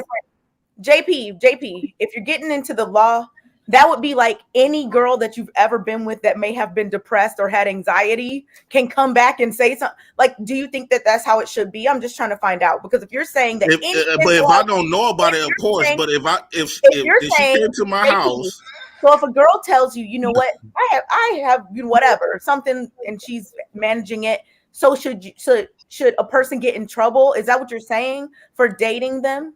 And I'm not saying this. Okay, let me ask you, Kayla. Wait, hold on. Just to be clear, bring that up, I'm not saying this to excuse like whatever Jada Pink, because I don't even know the full story. I have no idea. If I bring a woman to my house, JP, wait. I don't like the whole like, you know, dating your kids' friends thing. I think that's a problem within itself, but that's just my opinion. But JP, what you were saying about you know, people with mental health issues or mental illnesses and things like that. If someone has a mental illness or something that has been diagnosed, do you think, or maybe it hasn't been diagnosed, but they have it, are you saying that any man or woman who engages in any kind of physical relationship with them should be held liable by the court of law in terms of some kind of crime? Okay, can I answer you? Yes. Okay. Please answer the question that I asked. You can you want to force me to say what you want want to hear, and I'm going to tell you what it is. Okay, if I bring a woman in the house with mental challenges, knowingly this is the purpose of her coming to my house, because I'm pretending to be a doctor, give her some type of mental help. That is considered taking advantage of a mental challenged person. You can't being held legally liable for that. It's just, I can't take this serious because there's a lot. It's a lot of laws. It's a lot of laws that's kind of messed up. It's not according to us. Like if I walk past and grope a woman, that's considered sexual assault, right? But a woman can walk past me and grope me, it is nothing. So it's a lot of stuff that they consider Any against woman the touches rules. you without your consent, press charges. Man, come on, okay, let's be realistic. That's nature, though. Before the laws came out, that was something natural that people did. If someone physically assaults you or touches you without your consent, take it to the. But if we follow all of the laws that was just created by another group of people, how will we be able to date one another? Both of us would be scared to bust a move on each other because they got laws down to the core of you can't do this, you can't do this, you can't do this, especially for a man. So only how we be able to get some from a woman is if the woman decide to break the law and go against our will. JP, do you get a full mental health screening for everyone that you date? Because how do you know who has what? Now I get when you coming in my house saying that you have mental challenges. I get what you're saying. I'm telling you that I'm gonna play that I'm playing doctor. That is taking advantage of somebody with mental challenges. JP, I already said that I think that taking advantage of someone in a weak state or when they're vulnerable or whatever is wrong. I already gave my opinion on that, so I'm not disagreeing with like that aspect of what you're saying. I'm just asking because what you're saying seems like a very I'm just trying to see if I'm clear with what you're saying. So because if a man would have brought a woman into his house and the woman told him that, okay, I'm coming here because you saying that you can help me with the mental challenges that I have, that man will not get looked at how the way y'all trying to put it. Okay, JP, I get what you've said that several times. I understand. The part that I'm speaking to is when you said that it could be considered taking advantage of someone with a mental illness. Okay, just that statement. So with just that statement, let's not even use the Jada Pinkett and August situation or whatever. Just that statement. Where does the line get drawn for you? Will you get a screening for everyone you date so that you might not end up in a certain situation? How do you know? How will you? Okay. With that situation. What if she says, you know what, I told him, and you're like, no, she didn't. Like, where does the line get drawn? No, with that situation, Kay, if a person come in, the line get drawn when that person tell me that they here with mental challenges, and I'm telling him. From a moral standpoint, how are you falling in love? But if your intentions was to get this person some help, but then next thing you know, you find yourself on a man's penis. Come on now. JP, we already talked about this from a moral standpoint. You brought up legality of the situation by saying that if someone with a mental health situation or illness has that, then it can be illegal. You brought that up. So I'm asking not in terms of morality. I'm talking in terms of the law. What are you doing? And what do you think men should do or women should do to protect themselves if you're saying that there's a law that says if someone is mentally ill, that you can be held liable for certain things that happen? You even compared it to someone being drunk, which it's not the same, but you compared it. Because if a person not in their right state of mind, if the person you kind of lead them on like in a way like if a person is not in their right, I agree morally. But what I'm trying to explain to you, what I'm trying to explain to you, Kay, is this, and this stuff can happen in reality. If a person come to your house and they acknowledge. If they told you that if I come to your house, Kay, and I say I need you to help me with some type of mental issue, don't use me in this. Okay, well, anybody, if I see, I'm trying to get him. Hold on, but y'all not letting me finish. Why? Okay, if I come to somebody's house and I'm telling them that I have some type of mental issues, that person telling me that they're going to give me help and for my mental issues, then before you know it, they were trying to sleep with me. They want to move on to the conspiracy. It's no coming back from this shit. Yeah, let's just let it go. And you know what? I'm gonna go shout out to the super chats as we transition. Shout out to John Doe. Shout out to All Seeing Eye. Shout out to Rilla. You know, he in the comments doing his thing. Shout out to Ebo Sosa. Shout out to Malcolm, the middleman, 87. Thank you so much. Appreciate you. Shout out to Carrie Pressure. Got that pressure. So next we have the Clue channel. Shout out to y'all. Shout out to the Average Bro. Oh, no, quit disrespecting these super chats and read them. Again to the Average Bro. What the fuck? Hey, shouting out to Destroyer of Simps. That's a hell of a name. Shout out to Haley Speaks. Love you too, mama. Shout out to Julius Germain. He thinks you're funny, Logic. I'm reading the super chat. You paraphrasing. Shout out to my peoples.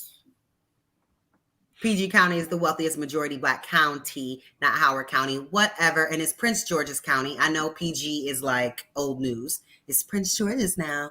That's shout out to Trey05. He graduated from Georgetown, is situated in an area that's way better than where Howard is. Literally night and day, and they're both in Northwest DC. That is how DC is. You can be on one street and it's nice, and on the very next street is ghetto. That's just how it is. That is the last super chat. Thank you guys so much for supporting the show. We appreciate y'all. That also takes us into our last. We want to get some last feedback. About what we spoke about on the ghettos.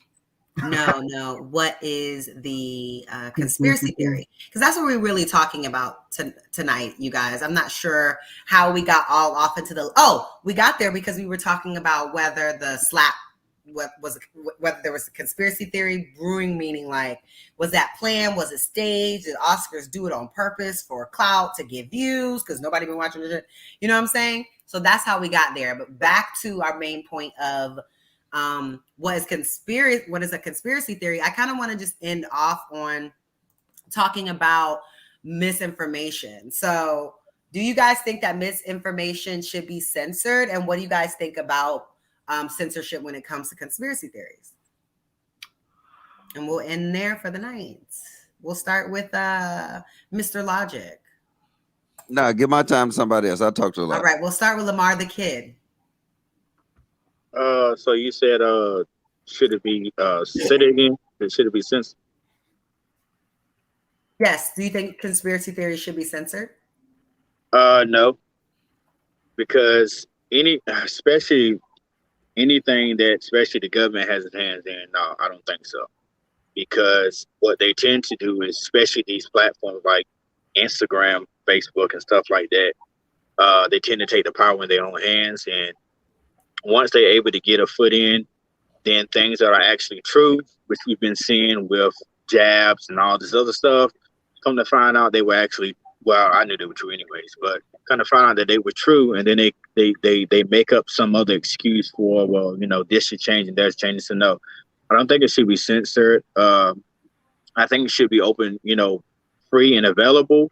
And then what people can do is do their own research. And if they don't do their own research, then they just be lost. And so that's what it is. It's real. Because our community will be the first ones to start getting, the minority will be the first ones where we hit, where they'll start censoring us. Then once we start, because I don't know, let me say this, Logic, let me ask you a question. With all this censorship and stuff, do you think that the end goal is to, let's say if our government was to become like a dictator or something like that, this is the reason why, that's their ultimate goal, to try to silence free speech? I already said, hey. Yeah. I guess your name Logic. I guess you got broad shoulders and you 6'1". So, all right, go ahead. What? You know, I don't even think you even realize what you be doing sometimes. It's good. I still love you, Kayla. But look, yes, I think, can you repeat the question though? Because she had threw me off. It was me. Oh, I said, do you think that all this censorship, misinformation, and stuff like that, and what like Facebook is doing, Instagram, all these algorithms and stuff like that, is an actual? They got an actual end goal that one day, I guess our government will become well, like a dictatorship or something like that, and if they could continue, like they're experimenting now to see how far they can go before they actually get ready to go. Do you think that that's what they're doing? That's exactly what they're doing. It plays against us, and like I said, they'll give us nuggets or they'll give us crumbs, but at the end of the day, by them giving us crumbs, they'll get the whole pie. Because if you sit here, you get us in that mode of cancel culture, you got to realize eventually we will be canceled. I'm gonna say this for the 50 millionth time. Look at the equity policies. You know, the equity policies put us at a disadvantage. We don't even understand that. And that's like I said, they give us these crumbs and we'll eat them up and we'll think we got power. But in the big scheme of things, we're losing power and giving up power. And now they will put us on blast when the time comes because we will become hypocrites. And, hey, look, the only, I'm going to give you an example. And I'm going to shut up because I know Kayla, look, she about to get mad at me. The only legislation that was designed for a certain race was the Asian American executive order they put out, right? With the Asian American hate crimes. Who's the biggest violators of that? And the people in the chat can answer it, but y'all, whatever. But who's the biggest violators? So what they doing is they using us against us. And that's what it's going to come down to. And we're so stubborn. We'll fight against each other. They already know we fractured. We can't unify with our women. We can't even tell our women to not go outside the house and wear booty shorts or not go outside and not twerk in front of a gymnasium full of kids. So, like I said, okay, yeah, it's over. Bro, my thoughts are this: it's over for us. Get you some land in Iowa or Idaho. Buy you a lot of guns. It's over for us, brother. I'm telling you. Hey, and to add on to that, if you, they just came out with a new Homeland Security document a few months ago about misinformation, malinformation. And basically, you could be labeled. I don't know if I can say the word on this platform, but you'll be put on the list if you're caught if they deem what you're saying as misinformation or malinformation. And that just came out a few months ago. Hey, drop that in the back chat, player. I want to research it. Just look up. I don't know I don't have the exact link on me, but just look up Homeland Security misinformation, malinformation.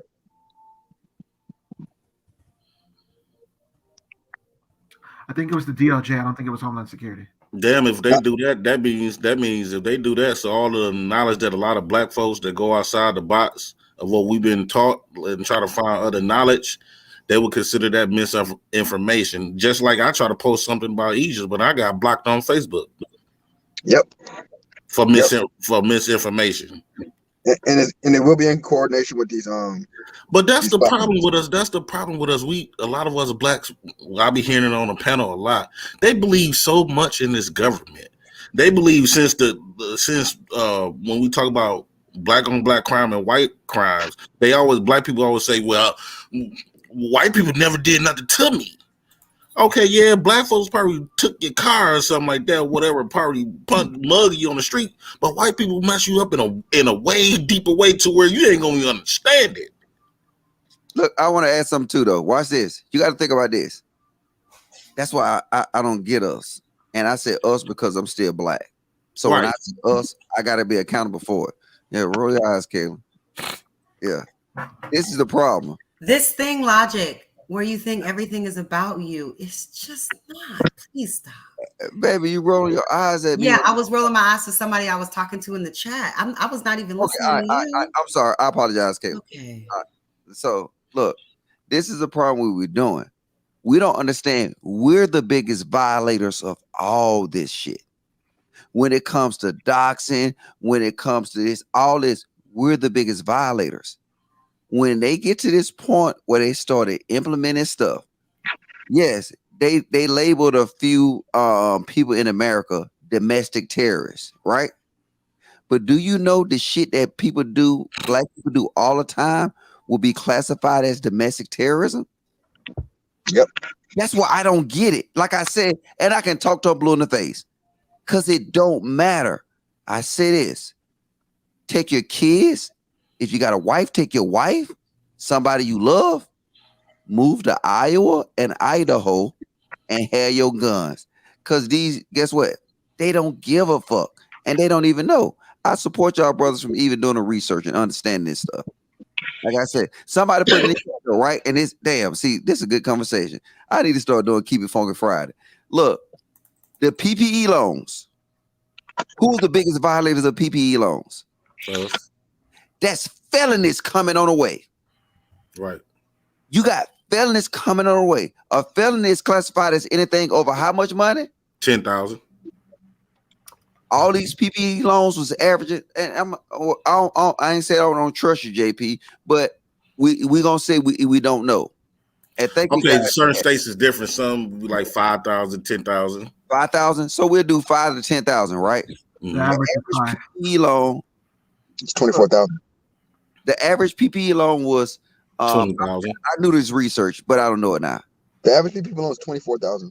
We going to jail. Yeah. We getting felonies. Oh, so now you're not black no more. So a minute you was black. Now All you black not. people are not doing that. Stop it. You have people on low income getting those loans. Why is it always this argument of semantics? I mean, he's just saying the biggest violators of the felonies that were committed when it came to the PPP loans were black people. They are. Yeah. Where's that data? Come on now. Send me the data.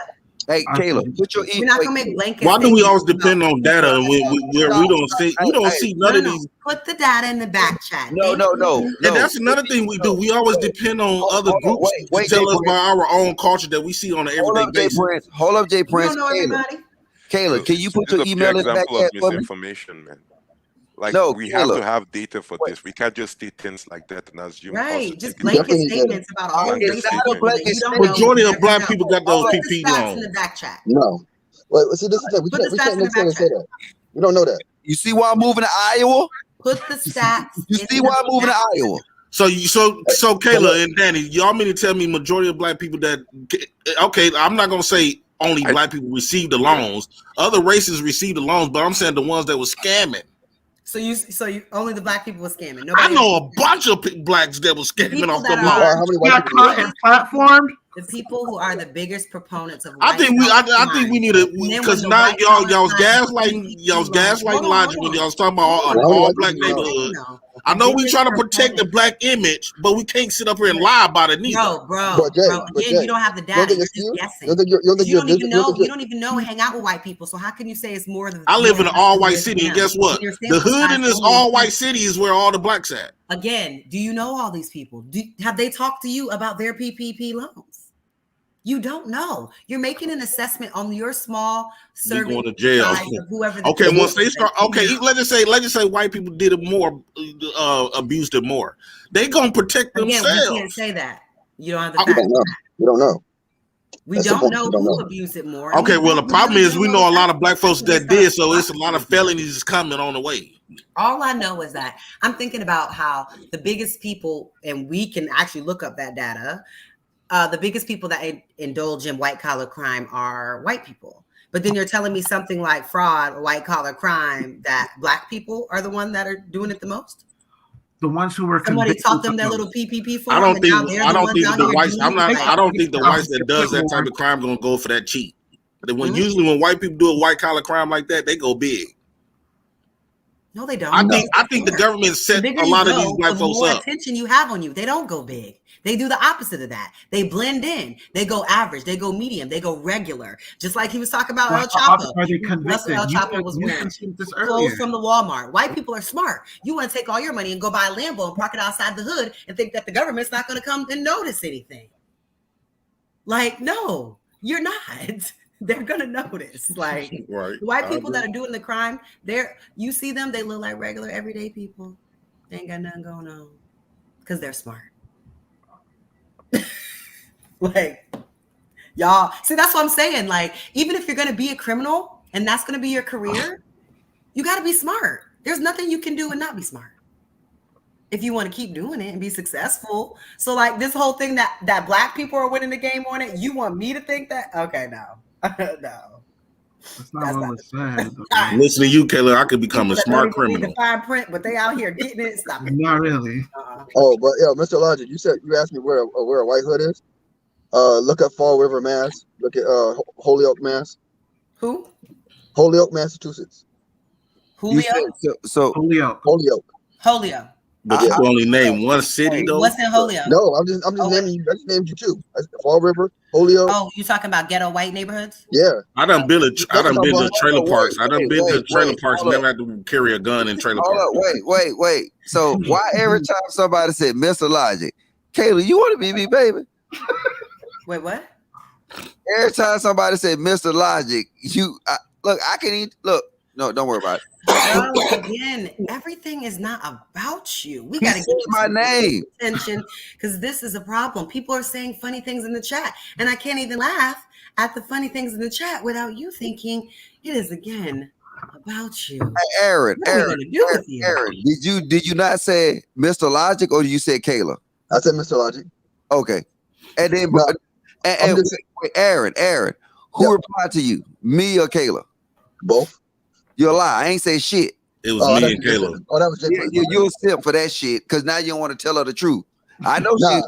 I know her skin look good, but I'm gonna hold her to the same rocks I hold a ratchet girl to. But real talk though, if you look at the top 10 list of most dangerous cities in Massachusetts, I think the majority of them are white. Well, why don't we do the most dangerous cities in America? You're right. Go ahead. Chicago, California, New York, and they're gonna pick. You're gonna find all the black neighborhoods. You see the black neighborhood? I don't know. Okay, how many white men getting killed by when you if you can pull up the stat of how many white men getting deleted by other white men? Deleted a year. Deleted. I think it's over. I think it's 88%. That's the last time I saw it, a couple of years ago. Sorry. Do you really? I don't see thousands of white men getting deleted. Hold up. You don't know thousands of white people. Wait. But it's thousands of black men. Okay, but you know thousands of black men. Hold up. Look, do you really want me to tell you the most dangerous cities in America, or do you want to you want to just chill and concede? Well, somebody said Broward, and that is up there. That's up there. All right. Do you want me to tell you? County, not a city. But go ahead. Sorry. For the brother Aaron. Yep. Do you want me to tell you the most dangerous cities in America, or you want to just say, you know what, I didn't know what the fuck I was talking about? I think go ahead, put it up. Let's go. I'm gonna put it up. If I'm wrong, I'm wrong. You said I don't know what I'm talking about. What is it that you said? I don't even know what you're talking about. What? If I'm wrong, I'm wrong. The most dangerous cities in states in America. The most dangerous city in America? Yeah. The most dangerous cities in America. That's a good question. I don't know. Look it up. And out of those cities you name your cities you name. Mr. They said Logic, Milwaukee is number 6. Tell me which one of those are majority black. Okay. St. Louis, Missouri. Is that majority black or majority white? All right. Well, I gotta do some research. Get your ass at your car and help me research then, nigga. See, now I can't deal with y'all. Most of those St. Louis crimes be in the black neighborhoods. I ain't dealing with Dominantly black. Logic, you told him to get out of his car and help. Is we sit up here gaslighting saying these neighborhoods? And also, I'm gonna say this though. Wait. I do it, Aaron. Did you hit that not a cash app? Did you hit that super chat today? I did. Which one? I'll do it then. Don't worry. Which one? I hit a super chat. Which one? No, this right here. So if you did it, I trust you. I'll go ahead and do it. But brother, me looking at this, these are all majority black cities from St. Louis, Jackson, Mississippi, Detroit, Michigan, New Orleans, Baltimore, Memphis, Tennessee. Oh my God, these are all nigga cities. Y'all don't got Baltimore. Y'all got Baltimore in there. So he just said Baltimore. Population of those cities, they're majority. You tell me if you look at the population of those cities, they're majority black. Yes, What about all these areas? I live, and I can speak from experience. 1, 2, 3. I lived in 3 of the top 10 cities. And they're majority black. They're majority black. Baltimore, Maryland, you can't goddamn fall without falling on a goddamn nigga. That's how Milwaukee is too. They majority black. And then now Milwaukee majority white. No, Milwaukee is majority black, but my guy. Milwaukee? Yes. You live in Milwaukee, JP? Yeah, Milwaukee, right down the street from you. What's the percentage? Yeah, it's not far. Yeah, what's the percentage? But JP, I I don't thought know you the said you percentage, but lived in the a inner city. city. No, the whites live on the outskirts. They live like in West Oh, LA. you're talking about like in a like the whole right, but the Milwaukee, the city of Milwaukee, north side, east side, west side, 38% black. is nothing but blacks. It's 38% black, so that doesn't sound like majority. It doesn't.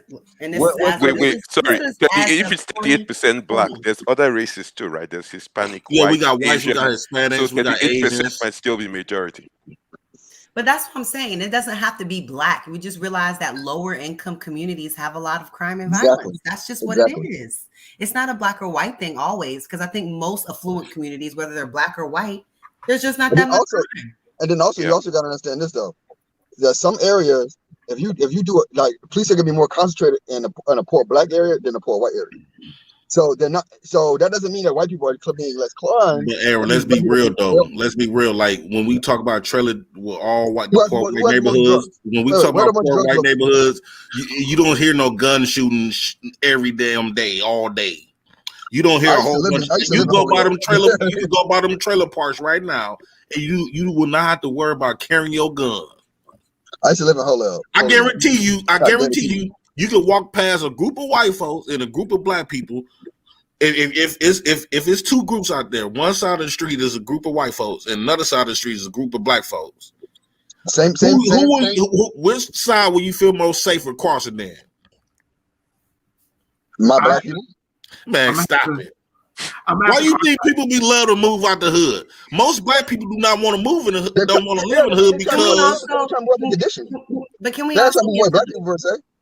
Can we also get to the base of why this is, which is redlining? Exactly. Because in majority of these cities, until quite recently, black people could only live certain places? Or are we just gonna act like we always had the option to live where we wanted?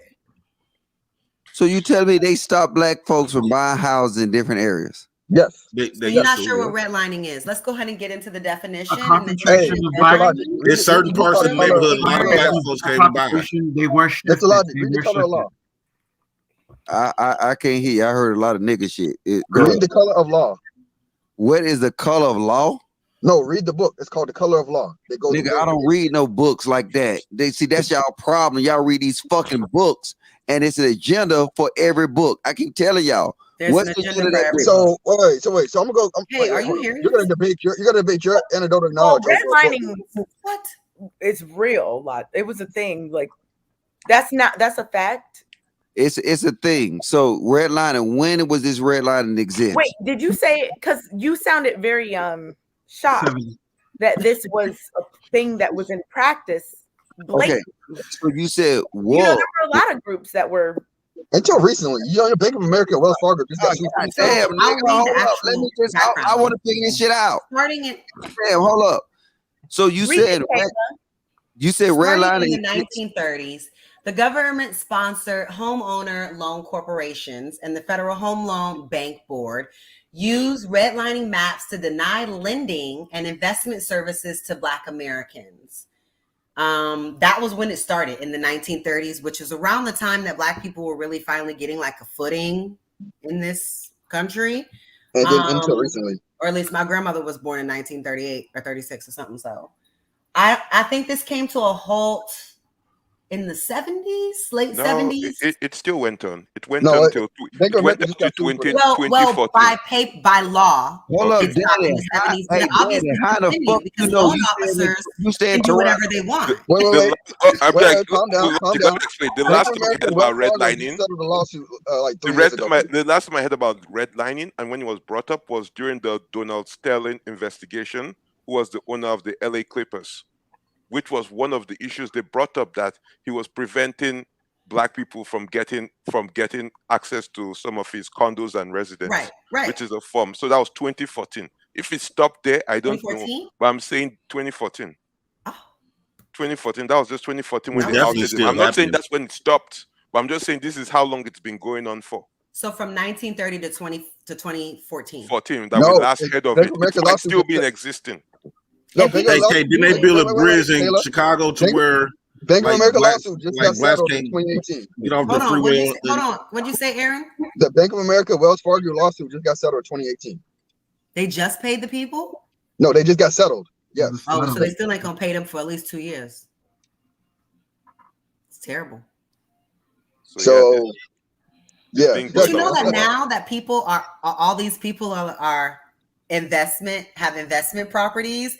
Now it's like totally different because people can privately own whole apartment complexes, whole blocks of the street, and they can do whatever they want. They can still deny you even now. And you know what I'm saying? Like, so this whole thing on where Black people are is ghetto, because all the 1930s, Black people coming off of no resources. My grandmother was a sharecropper in South Carolina. She was born in 1938. But So, Kayla, can I ask you a question though, Kayla? I'm trying to figure out, like, Kayla, can I ask you a question? Why are we dumping on Black people and trying to call everywhere we live ghetto? Can I ask you a question though, Kayla? No, hold on. Let me ask you this question right quick. Okay, when we talk about Blacks back then, would you agree that Blacks now have more access to finances now than we did back in the 30s and all the other stuff? Of course. But they have to pay catch up. Okay, so but your argument is that most Black people committing this crime is just because they don't have enough money and they poor. Well, Black people was way more poor in the 30s, 50s, 60s, and 70s and 80s, and it wasn't that much crime compared to now. And we got more access to finances, way more money and we in a way better position than we is now than we was back then. Why is it more crime now? If that was the case, if money was the lack of money was the case, why do we have more crime now compared to the Blacks back then? But I just think there's more crime now in general. It's not just Black people.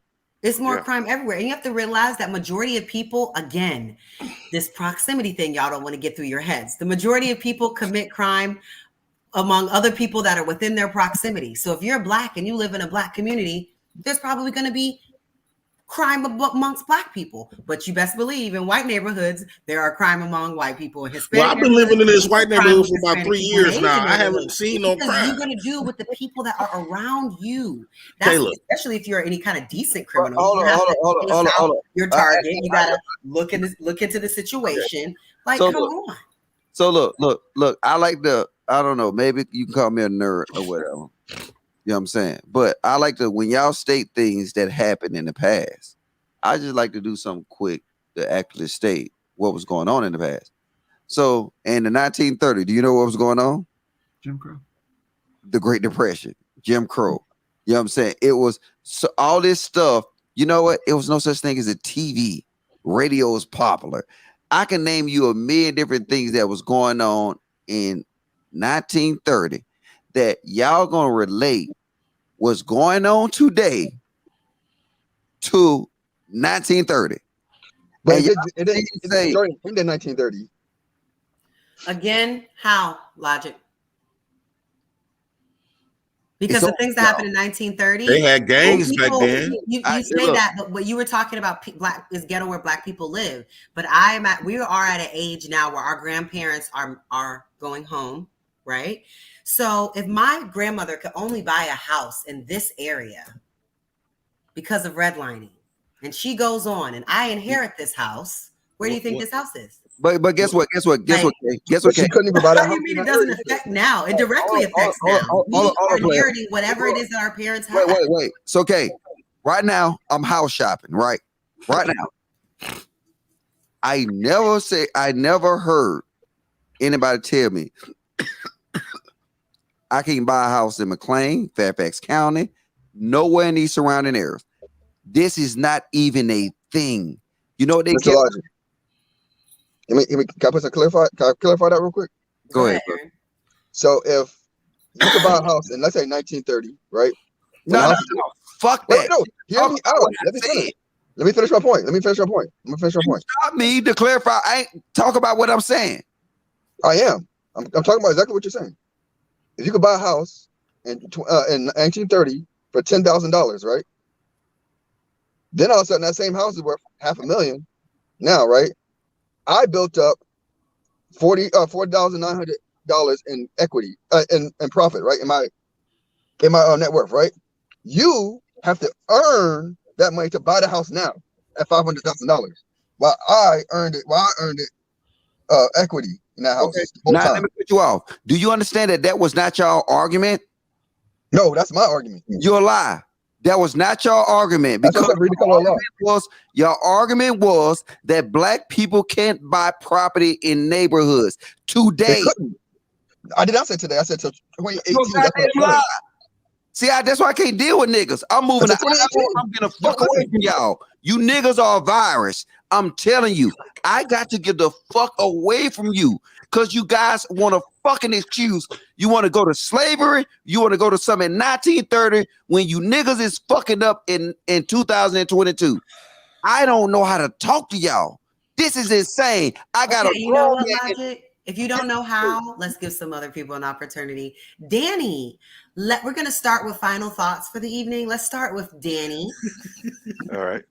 So I guess is it still the topic, or should misinformation be censored? Is that what we're still on?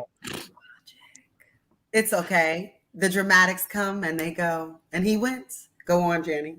I was saying, is that still the topic? Should misinformation be censored? All right. So back to the conspiracy theory. Yes. Well, I just mean final thoughts on everything tonight, like any topics that we talked about tonight. But I would like to stay towards conspiracy if we could. But whatever you want to say, sure. Your I can final stick to the time topic. to shine. I can stick to the topic if it's required. It's not a big No, deal. go ahead. Whatever you want. Well, my biggest point is Jada Pinkett Smith is a problem.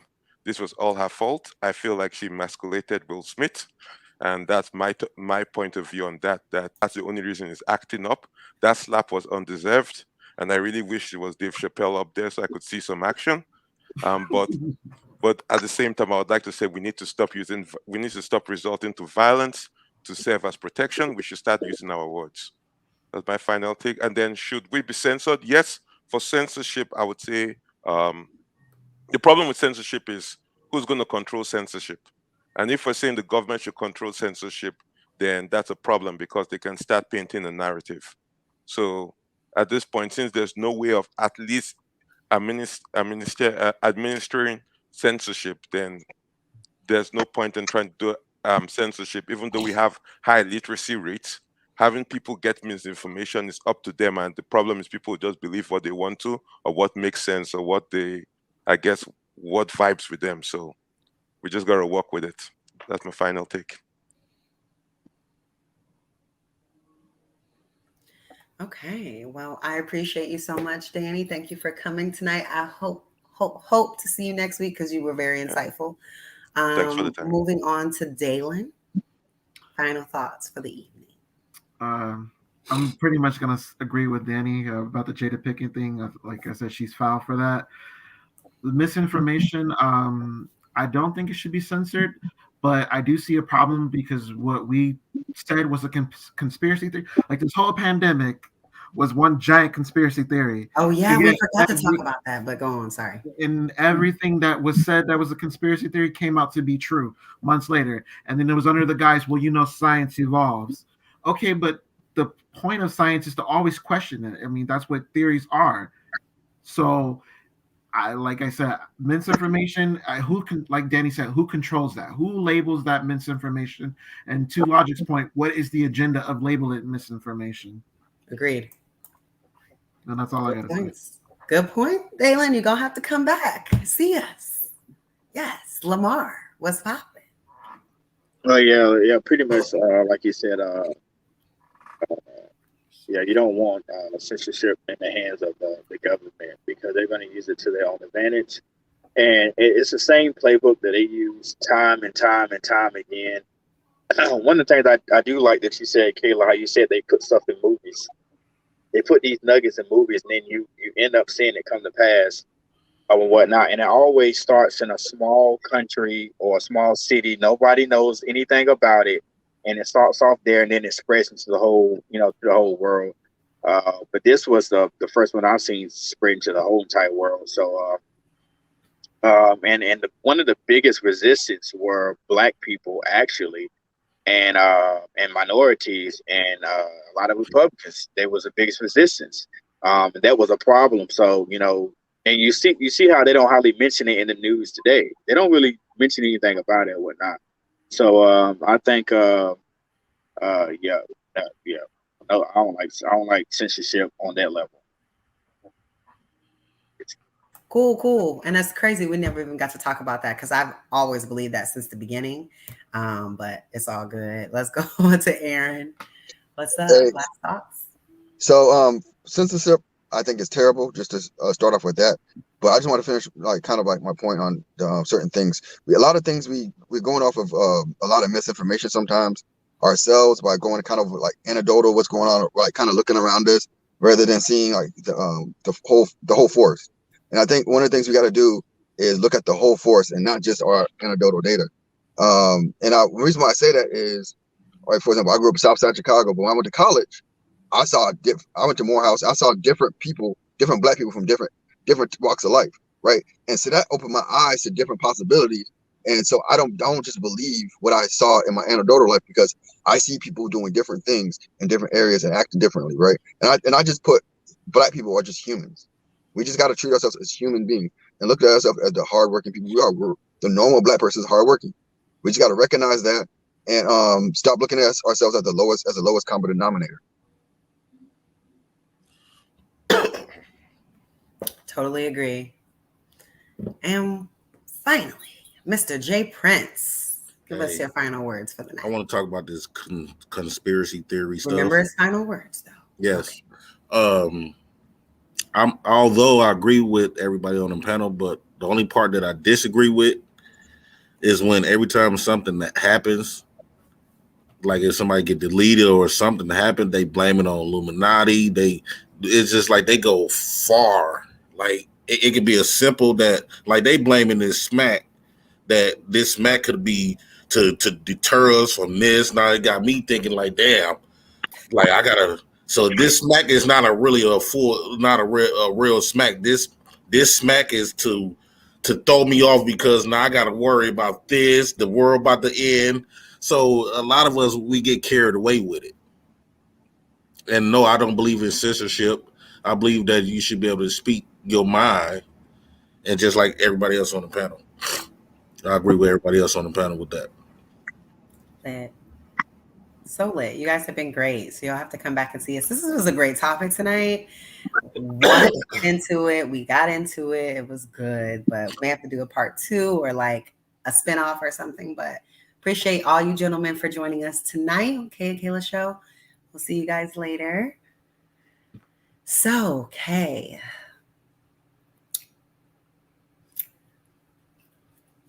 Oh, I thought you were saying, so okay, bye. Okay.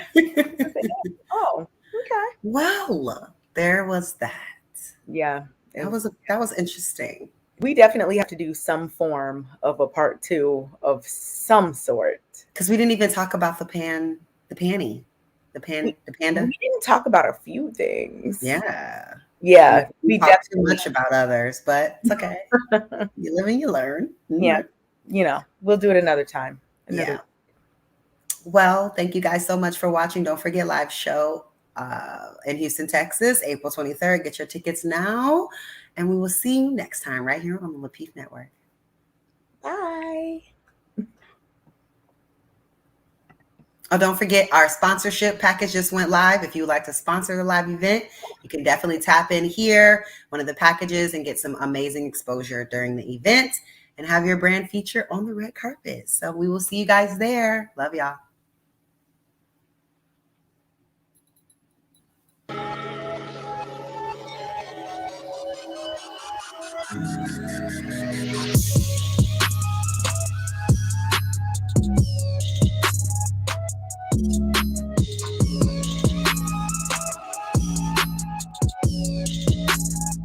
Chicago.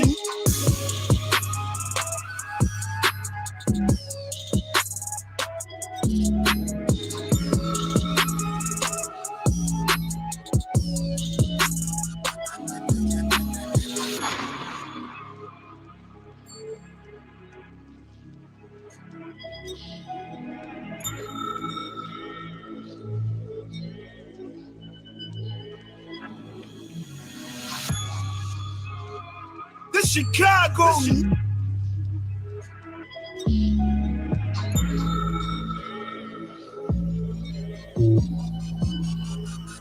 This Chicago.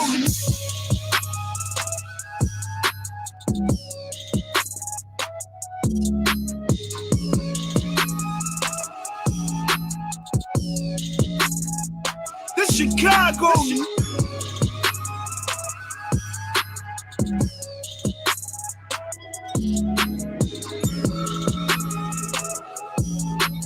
This Chicago.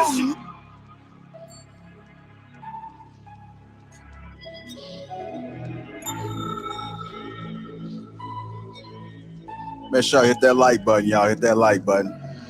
This Chicago.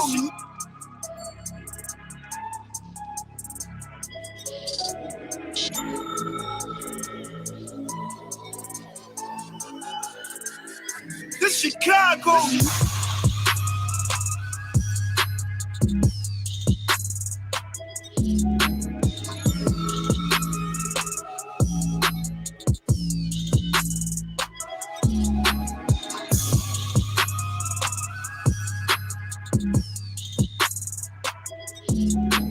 Make sure you hit that like button, family. Hit that like button. This Chicago.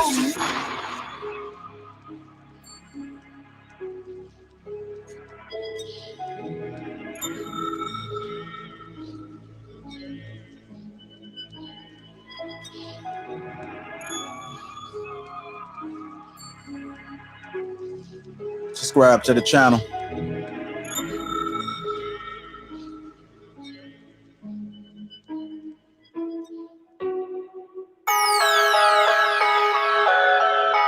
It's the last track, y'all. Hit that like button. Hit that like button.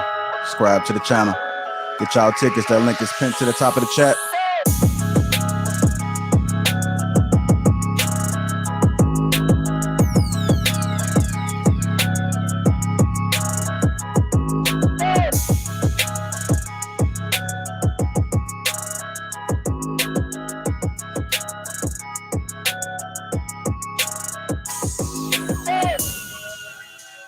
Oh my God.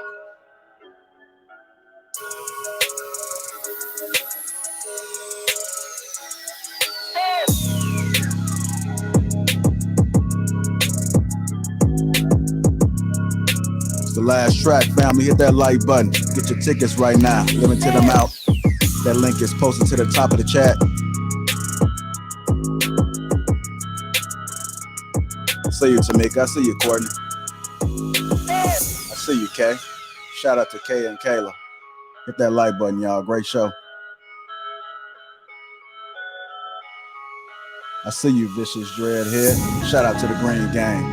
Jocelyn, I see you. Larry, Green Gang, I see you. Scam Liker, I see you. Come on, family, hit that like button.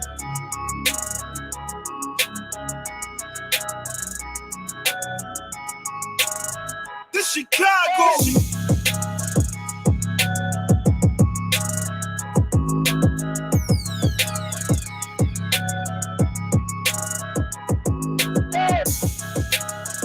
This Chicago.